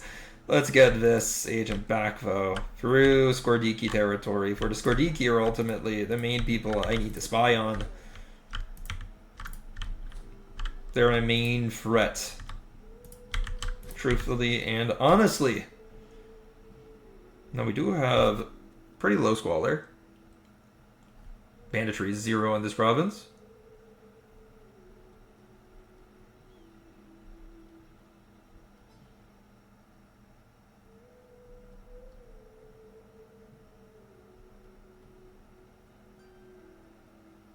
You know what? Let's just go ahead. Make this fishing port a reality. At the end of the day, we are so low on food that I kind of anticipate that that will be an issue. Now we can go ahead and get this navy into port. And with that, we can load on my next army, which is this force. And we're going to go ahead and get them to set sail towards Carthage. And it's really, really nice how we have these two navies together. Beautiful! Together, they will combine and help us take our navy to Africa, really. Or, sorry, land army to Africa. It's going to be fantastic. Now we have this force over here. And hopefully the military academy will benefit them steadily. That is my hope. That is my desire. So, it's going to let that happen. Don't want to withdraw too many Eugenies, so leave that population alone for now. Once again, I just keep on making that point, so really no point of harping on it so much, but I do think it's essential to have a plan for all of these things. Population growth is an important part of this game, an important part of Divinity at Impera. We shall let the turn go. Another turn passes. Another turn for the Romans to strengthen their position in Africa. Carthaginians will move their navies around nimbly. The Carthaginians being known for their naval capabilities. And you know what? I don't think we'll get to Africa this episode. I noticed we're at almost like 2 hours. We're at an hour 41. That would just be impossible. Let's make next turn the last. It's just too ambitious to go all the way. But next stream, or rather next episode, we will be in prime position to start our invasion of Roman Africa.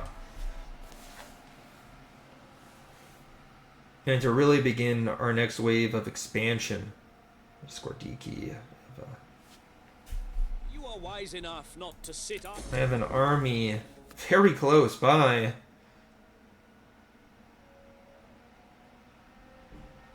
Do not like that.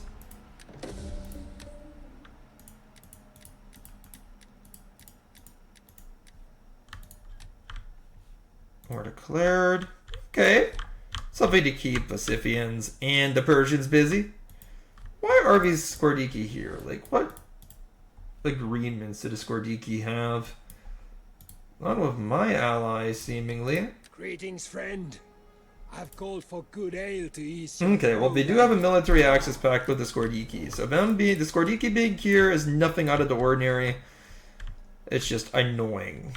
Because I don't like them there. Don't like them so close to my place. But you know what? I'm not planning on declaring war on the Skordiki, but they don't know that. Perhaps it's just for their own security. It's not some sort of offensive gesture, but you know, you never quite know what the plans of the enemy are. We'll continue our transport journey. And I wouldn't mind just kind of going all the way here, just taking like these two settlements. If we could just sail straight across.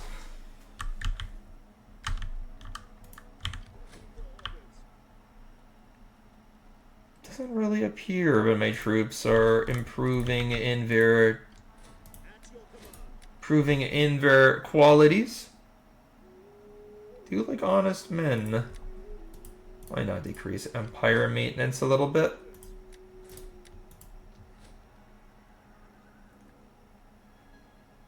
I mean, this is just for spear recruits.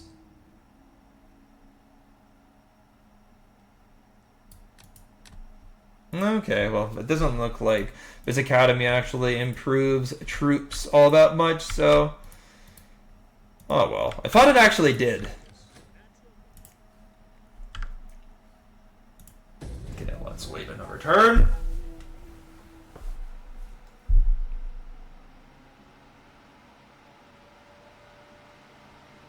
Carthaginians continue to move. Who are they at war with?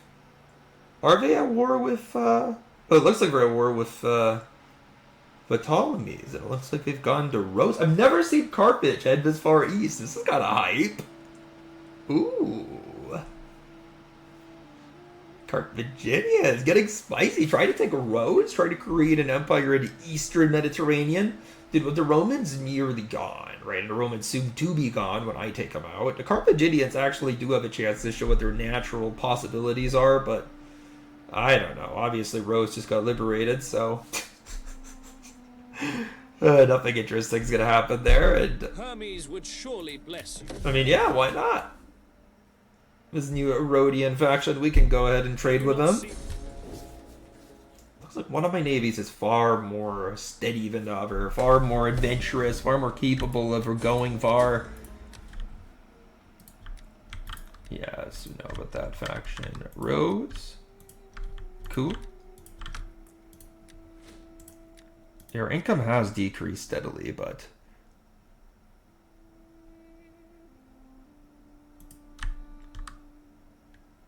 so too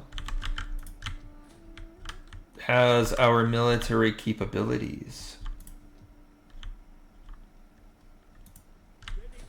And yeah, you know what? Now that we know that our troops aren't going to improve, I need to wait for my general to actually get strong enough to start to train troops himself. Then we can start getting some boys in. You know, I really just want to see like what the troops more here in the south, like what the settlements more in the south appear to be like.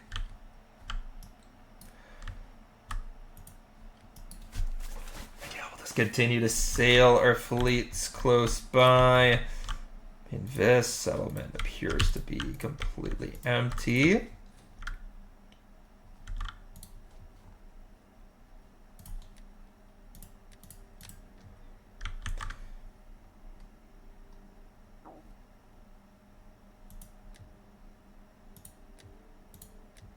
I mean, so far so good.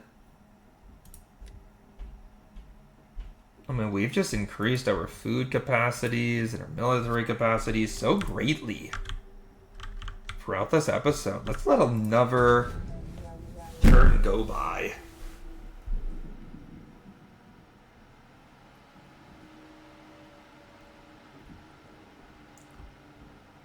The Romans continue to try to expand. We will start rolling the Roman Empire up like a carpet. And did the Carthaginians just retake Carthage? No! I didn't want that. I wanted the Romans to stay in control of Carthage. But when I saw those massive armies go by, I did fear a successful counterattack. Now we have agreements with the Carthaginians, but you know what? Let's just go get the Romans out. Get them away. We just need to finish them off at this point. It is a terrible...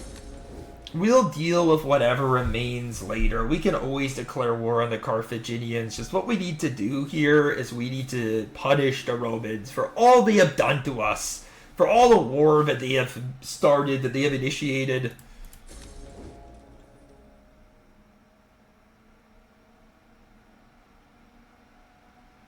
Well, let's see whether there's anything that's upgraded, whether... Let's see. Nice. Ooh, I did think that this guy would improve, and look at that. Already a level 2 general. Getting a little bit too big for his own boots, perhaps. But now he's just gonna be chilling out there. Gonna take him a while to get to the point where I want him at. This general's also improved. That's a mighty fine of him.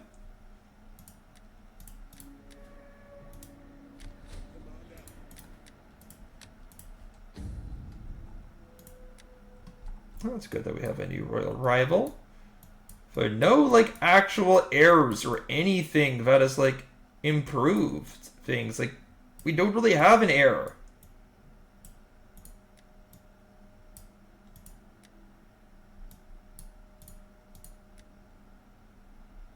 I mean, this guy's pretty good.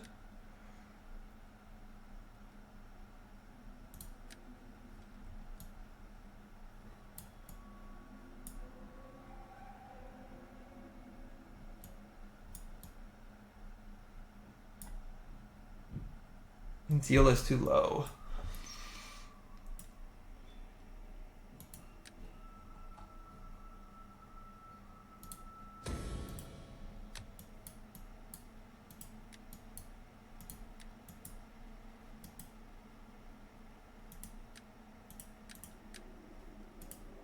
really is Frokis, who is the potential royal heir. Anyway, I'm just kidding. But yeah, so we do have some pretty solid stuff. What about Philip? How many skills does he have, really? Not really that many. Get the sword one. Banditry one.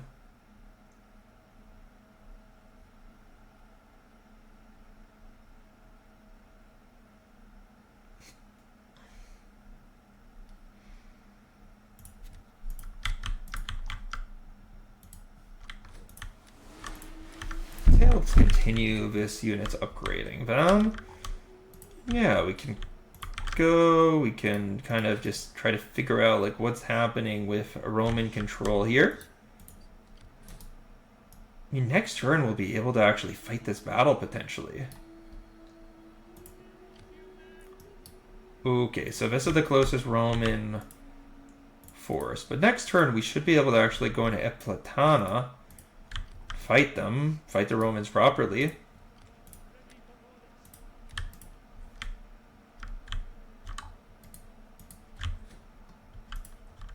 So that'll be nice. Meanwhile, we'll have this, like these forces just stay in place. Really isn't anything else that we can do. The Romans, I don't know, they might try to retake things. I mean, the Carthaginians are pretty well stocked at this point, so don't really anticipate the Romans to have too many issues. But you know what? We can just continue to roll here. We can continue to play. I think that with next turn's battle, we'll at least be in Africa, and that'll be a nice place to end the episode. The longest episode so far in the series, so let's just keep on going. Happy that my spies returned. Down to the Scordiki, a far more watchable faction, a far more important faction to watch, frankly.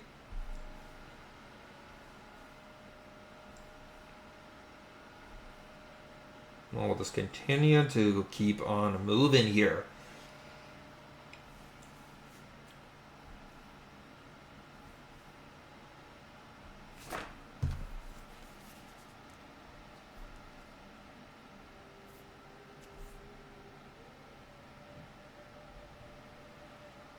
Alright. Olbia has a strong army near it, but honestly, every single time that I've seen one of these Scythian armies, they seem pretty strong. Yeah, we're definitely not going to take such a paltry bribe to declare war on the Ptolemies. Probably the strongest faction that I've seen so far. Them or the Scythians, actually. The Scythians are really well equipped, man. Like, they are strong. They are very powerful. They are a very, very good army. A very strong land-based army, but of course we could sink them if they ever tried to head to sea. You know what? Minus 50%. Oh, plus 10 cultural influence seems pretty solid. Okay, I mean, we've upgraded this guy. Let's get increased unit experience gain. Get more zeal, seemingly an important trait for succession. And you know what? Let's go ahead and take these guys out. Set up a blockade. None shall pass. Get the blockade set up. I mean, this isn't really a real garrison here. And yeah, there's really no upgrade to initiate here that I would do.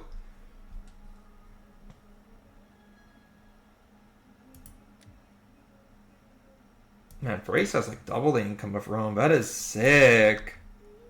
Lyria has some okay income.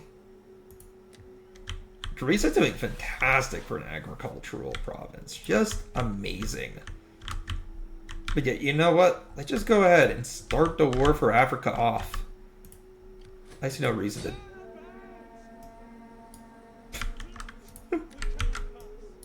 Okay, let's just get these... Oh, man. Okay, you know what? Actually, though. Okay, that's actually pretty cool. Set up a blockade. Okay, let's go ahead and play this battle. Then we can go ahead and we can go and get our. We can end a turn, and yeah, that'll wrap up the episode. But here's a good point. We finally land in Africa. The Romans barely have a garrison in the settlement, but because I'm not going to be able to recover troops, I'm just going to play this battle out, because otherwise I honestly have no idea how, well, how do I put this? I have no idea whether I'm going to be able to recover my troops, like, at all. So I might as well just play this battle out, if that makes sense. Like, I really can't afford to lose anybody here.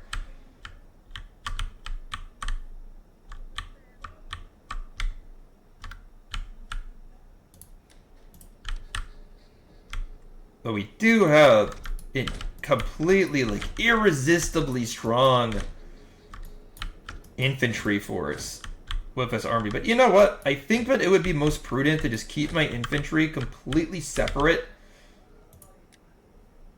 from what's going on here. Because, well, frankly, I could just expend my navy. Why not? Makes sense to me. In fact, you know what? I'm just going to have my infantry withdraw from the battle. In orderly fashion, boys. Let's have the navy destroy the enemy.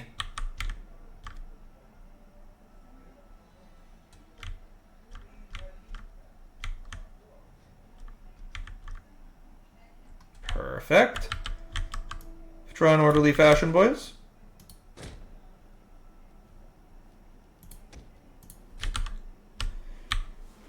Supply vessel skulk away, so it typically does. And yeah, my navy just beautiful, arraying, deploying onto land as my men expertly disembark their ships. And there we have it. The rest of the navy shall row away in orderly fashion.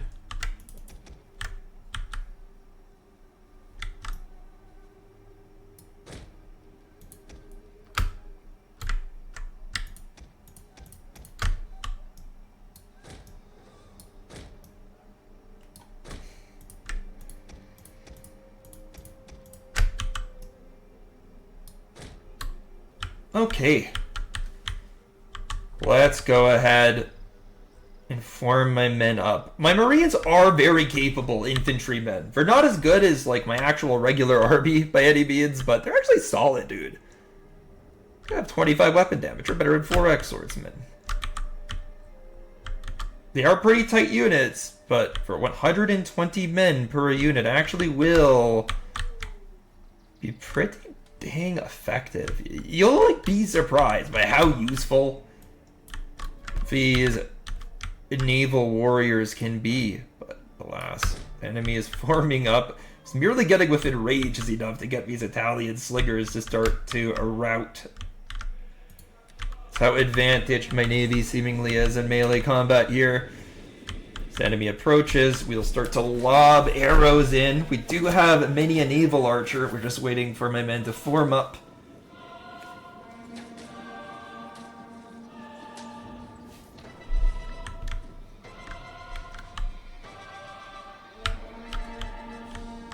I have many a javelin to throw.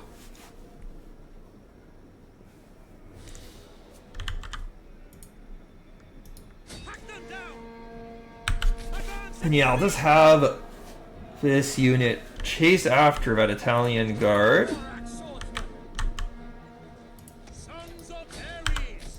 Just trying to select very safe targets for my swordsmen.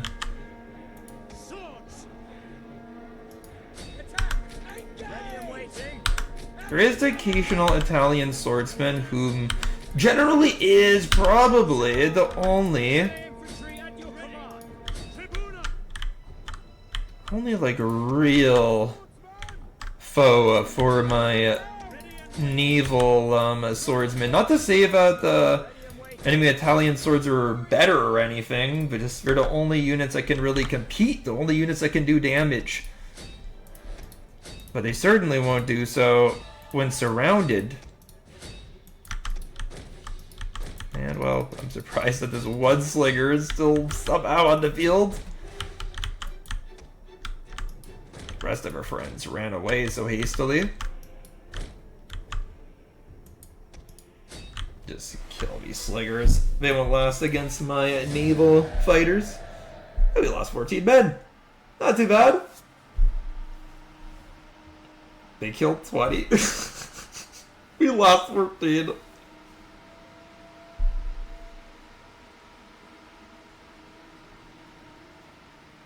I wonder how those kills were even assigned. That's actually really weird. Huh. I don't know. Okay, anyway. Let's go ahead and see what happens with this. We can just raise the settlement. Take it nice and easy. Yeah, we did want to make this province mostly agricultural, so let's go ahead and do that.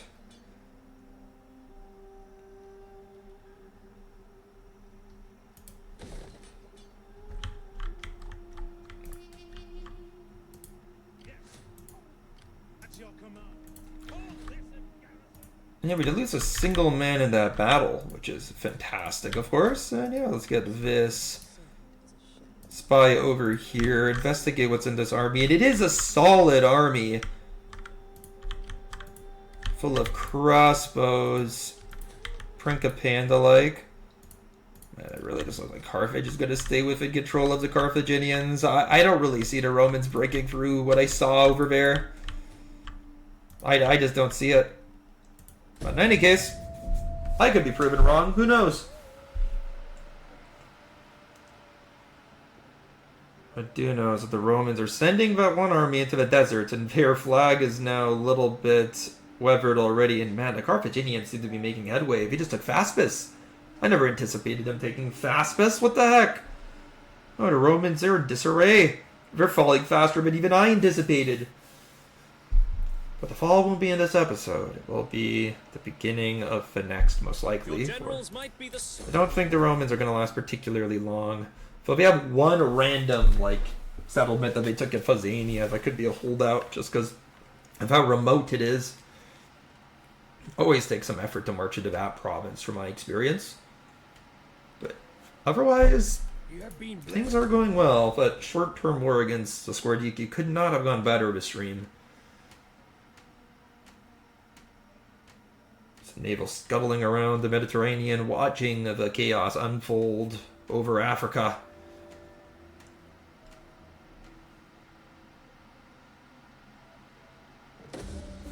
And yeah, boys, with that, we shall end things, but great tidings lie ahead as we continue to push the Romans back, as we harvest what remains of our empire and bring it under our control. Thank you so much for watching, and I hope to see you next time. Bye for now.